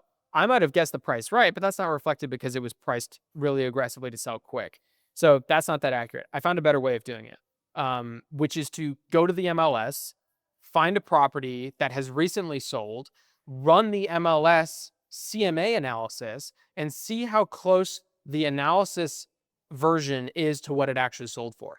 So what I'm essentially doing is, instead of testing my ability to guess off rip, I'm testing how good the MLS CMA report generator is. And it's been pretty accurate. And so now I know that that's an accurate tool, and I can use that to study. So now I can go in there and I can look at the comparable properties that it's adjusting the price for, and I can learn through that what everything is worth. Yeah. So I recently used that for the potential client that I have who might be interested in selling beachside, to say how much would their house be worth, because they've got a bunch in equity right now. But I know that, like, I don't know, it hasn't been painted in a while, and there's chips on the paint inside, and the kitchen is old or whatever, right? Yeah. And I can adjust that. So I've gotten much better at that with Grace, and we've run like probably 40 of them at this point, and most of them are bang on. Most of them are bang on. Good. And the ones that are priced low sell faster than the ones that are priced high compared to the MLS. So, Okay. Yeah. and so the fallout of this, you could say, is, well, just use what the MLS gives you, because it'll do a report for you. And so use that as the gospel, right? But a lot of real estate agents are going to do that. They're just going to run the CMA, and then they're going to bring it to their seller, and they're going to say, hey, check it out. This is what we should list it for because computer says so, right? And that's not good market knowledge. That's not a true understanding of the system, right? Kind of like trust Facebook Meta, right? I want to be sure. Fortunately, my Facebook Meta in the MLS is actually pretty close. But I also want to understand why it's that way, because some houses, like another potential client that I forgot about until now, we ran into him at an open house like a month and a half ago. Way old guy, and he was like, I'm thinking about selling my house. And I was like, okay. And then he was one of the people that I clicked on my Facebook ad. Yeah. So Yeah. I reached back remember out this. to him, and so I went to do a CMA for him. But with the MLS, there has to be houses that have sold recently to compare to, right? And in this guy's neighborhood, it's a unique neighborhood. The other neighborhoods like it aren't similar. It's on a retention pond. None of the others are. So it's technically listed as waterfront in the MLS, even though it's not on a large body of water, right? None of the houses in his neighborhood have sold. There's one that's listed, and it's been listed for a while. Everything else is sold in like 2024. So like, I can't rely on the MLS CMA generator at that point. I've got to be able to do it on my own. Most real estate agents are shit out of luck if they are relying on the MLS sheet on its own. So now I'm learning how to use the tool. And Cool. Grace is naturally gifted at this, but we're both getting better. There's a clear correlation between how close the CMA original price is and how fast the house sells. Okay, I think that's everything. Yeah, Very cool. That's Lots of good business updates. yeah. Very nice. Very nice. Okay. Look forward to hearing the developments and also Yeah. the deals as they continue to progress. As they roll in. Yeah. Yeah. I don't know. I think this week I'm gonna try to solidify that whiteboard timeline. And then once that's super firmed up, I'm gonna start moving on like the physical items. So I'm gonna start looking into buying the boxes for the gift box. I want to start mapping out what the sheet printouts are gonna look like, and I want to build in Canva what I want my website page to look like. because the software guy has told me if you just build it in Canva, I can slap that on the website and then make the buttons activate. So Interesting. I'm going to build out what I generally want it to look like and then send it to him and see if he'll just do it for me. But what are the lessons you've learned this week? So I guess they were kind of a little bit tied into my update, but continuing to question the norm with caution Mm-hmm. and think outside the box strategically. Okay. I would say is like the overarching lesson that I've learned, um, and understanding that like there are waves to understanding, where it's like you think you know, and then you think you don't know shit, and then you realize that like maybe you just thought you didn't know shit because of this circumstance you had over here, and so then relearning, and then it's kind of that cycle. Like you just continue to learn, and you kind of grow and develop over the course of time. Um, and so kind of I've been trying to think outside that box a little bit, but also proceed with caution and reasoning, and not just throw things at the wall, but throw things or put things out there that are strategic, and then assess them over the course of time. Yeah. And so just making sure that I'm, putting, have at least over a 50% probability that I'm putting the right foot forward. And then being willing to take a step back and reassess and go from there. So that's like kind of playing- been my, It's like playing Minesweeper with ideas. It's like how close to a good idea or bad idea am I? yeah, It's kind yeah. of interesting. And so that's kind of where I've been walking and treading, and just kind of going through that development process has been this week. I'm really excited for the rebrand. I think the rebrand should do really well. Good. Like I think it should do super well. If it completely tanks on the same traffic, I'd be surprised.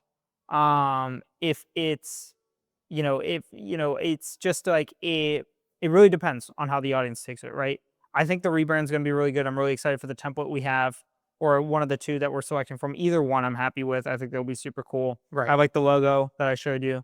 I think that stuff is going to be really good. I'm really excited to see how that develops and grows, and coordinate through that. But that's been, kind of my lessons learned this week. Yeah. But what about you? What do you got?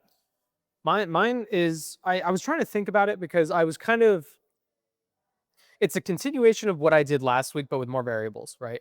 And so ultimately the theme of like the past month for me has been like uh hammer down on the fundamentals so that you can go do your job properly. Mm, Because if you skip algebra 2, then PDE is gonna suck. yeah. Right. And so it's kind of like hammer home on the algebra stuff, right? And Yeah. so some of the little things that I've learned, like, I mean, the county records thing is so valuable, and I had no idea it was going to be that valuable, right? Yeah. But now that's another step of due diligence that I can take when qualifying a lead, or if I'm going into negotiations on behalf of a client, know thy enemy, right? Yeah. I can go in and I can learn about what the seller situation is like if I'm representing a buyer, right? Or if I'm representing a seller. Yeah. Um, and that's really valuable. So I have named my lessons learned this week, check the boat. And that's because when you're rowing, before you go on the water, every practice, you check the boat down, which is basically you go to your seat, you check all the hardware to make sure all the nuts and bolts are tight, check that your shoes are in tight, check that you've got zip ties on the shoes, because you've got to be able to grab, if you flip, you got to be able to grab one tether, usually it's a zip tie, and then pull up on it, and then you can get out of the shoes, right? And you just check your equipment before you go row. Right? Yeah. And I have been thinking of a lot of symbolism of salespeople and real estate agents who don't check the boat. They just go out and row, and then their shoes rip out on a power stroke, and like, they crab. And that's the equivalent of like you I don't know, in real estate, you fuck up an inspection, right? Or you blow by your inspection date because you try to get a really competitive offer, and so you only planned 5 days for an inspection period, but you don't have an inspector you work with regularly, and so you can't get it done in time, and then you got to figure out what to do with the deal. Yeah. There's fuck ups. People fuck up a lot, and it's because they don't do their fundamentals, right? And so there's a Chris Williamson / Tim Cook quote here, which goes, "You will work harder than you ever thought possible, but the tools will feel light in your hands." Yeah, I like that quote. And so the confidence that I have been instilled with in these past 2 weeks going through this listing launch system makes the tools that I have feel way lighter. I have so much more confidence to go do the job now Mm, because I am so much more comfortable with these tools. And then the new tools that I'm getting this week, like going through the county records and the equity report and stuff like that, means I have more tools. And so rather than going in and trying to build a table with like a chisel and a hammer, I have this like I'm building this big beautiful collection of woodworking tools mm, that I can use to actually effectively build a table rather than making yeah, something crude and gross. Because I'm a firm believer in throwing shit at the wall and seeing what sticks and then polishing it later. But that changes when other people's lives are on the line, especially with such a major decision as buying a house. right, So yeah, I need to be more confident that I'm going to be able to build a good table before going in and trying it, right? yeah, And so I have it compared to working on cars before and after I met you and had access to your garage tools. Because like you can work on cars with like a really fundamental set of tools, but it fucking sucks. It's way easier and you can do it right if you have a yeah, wide range of tools. yeah. Um, so that's been what I've learned this week. For me, I feel like there are so many tools out there, and I gotta figure out what I'm using and Right. continue to like build slowly with those tools and really understand what are the capabilities of them because each tool requires like a whole new learning curve. Right. That's kind of, as a parallel to that. Um, but yeah, good business updates this week. Yeah. I Yeah. dig Yeah. it. Good updates in general. That's all I So got. you got a dial in for us? I do. I remember. It's a quote by Richard Feynman. Cool. I don't remember where I heard it, but it goes along with the same theme of my lessons that I've learned this week, which is to um, know what you're doing, right? Yeah. And the quote goes, understand, don't memorize, learn principles, not formulas. Hmm. Very cool. I like that. That's all I got. Yeah. Well, thank you for tuning in to the 79th episode of Vision 79. Thank you for those who have stayed with us from the beginning, and to the newer listeners, much appreciate it. Hopefully, you enjoyed the episode and have a great rest of your week.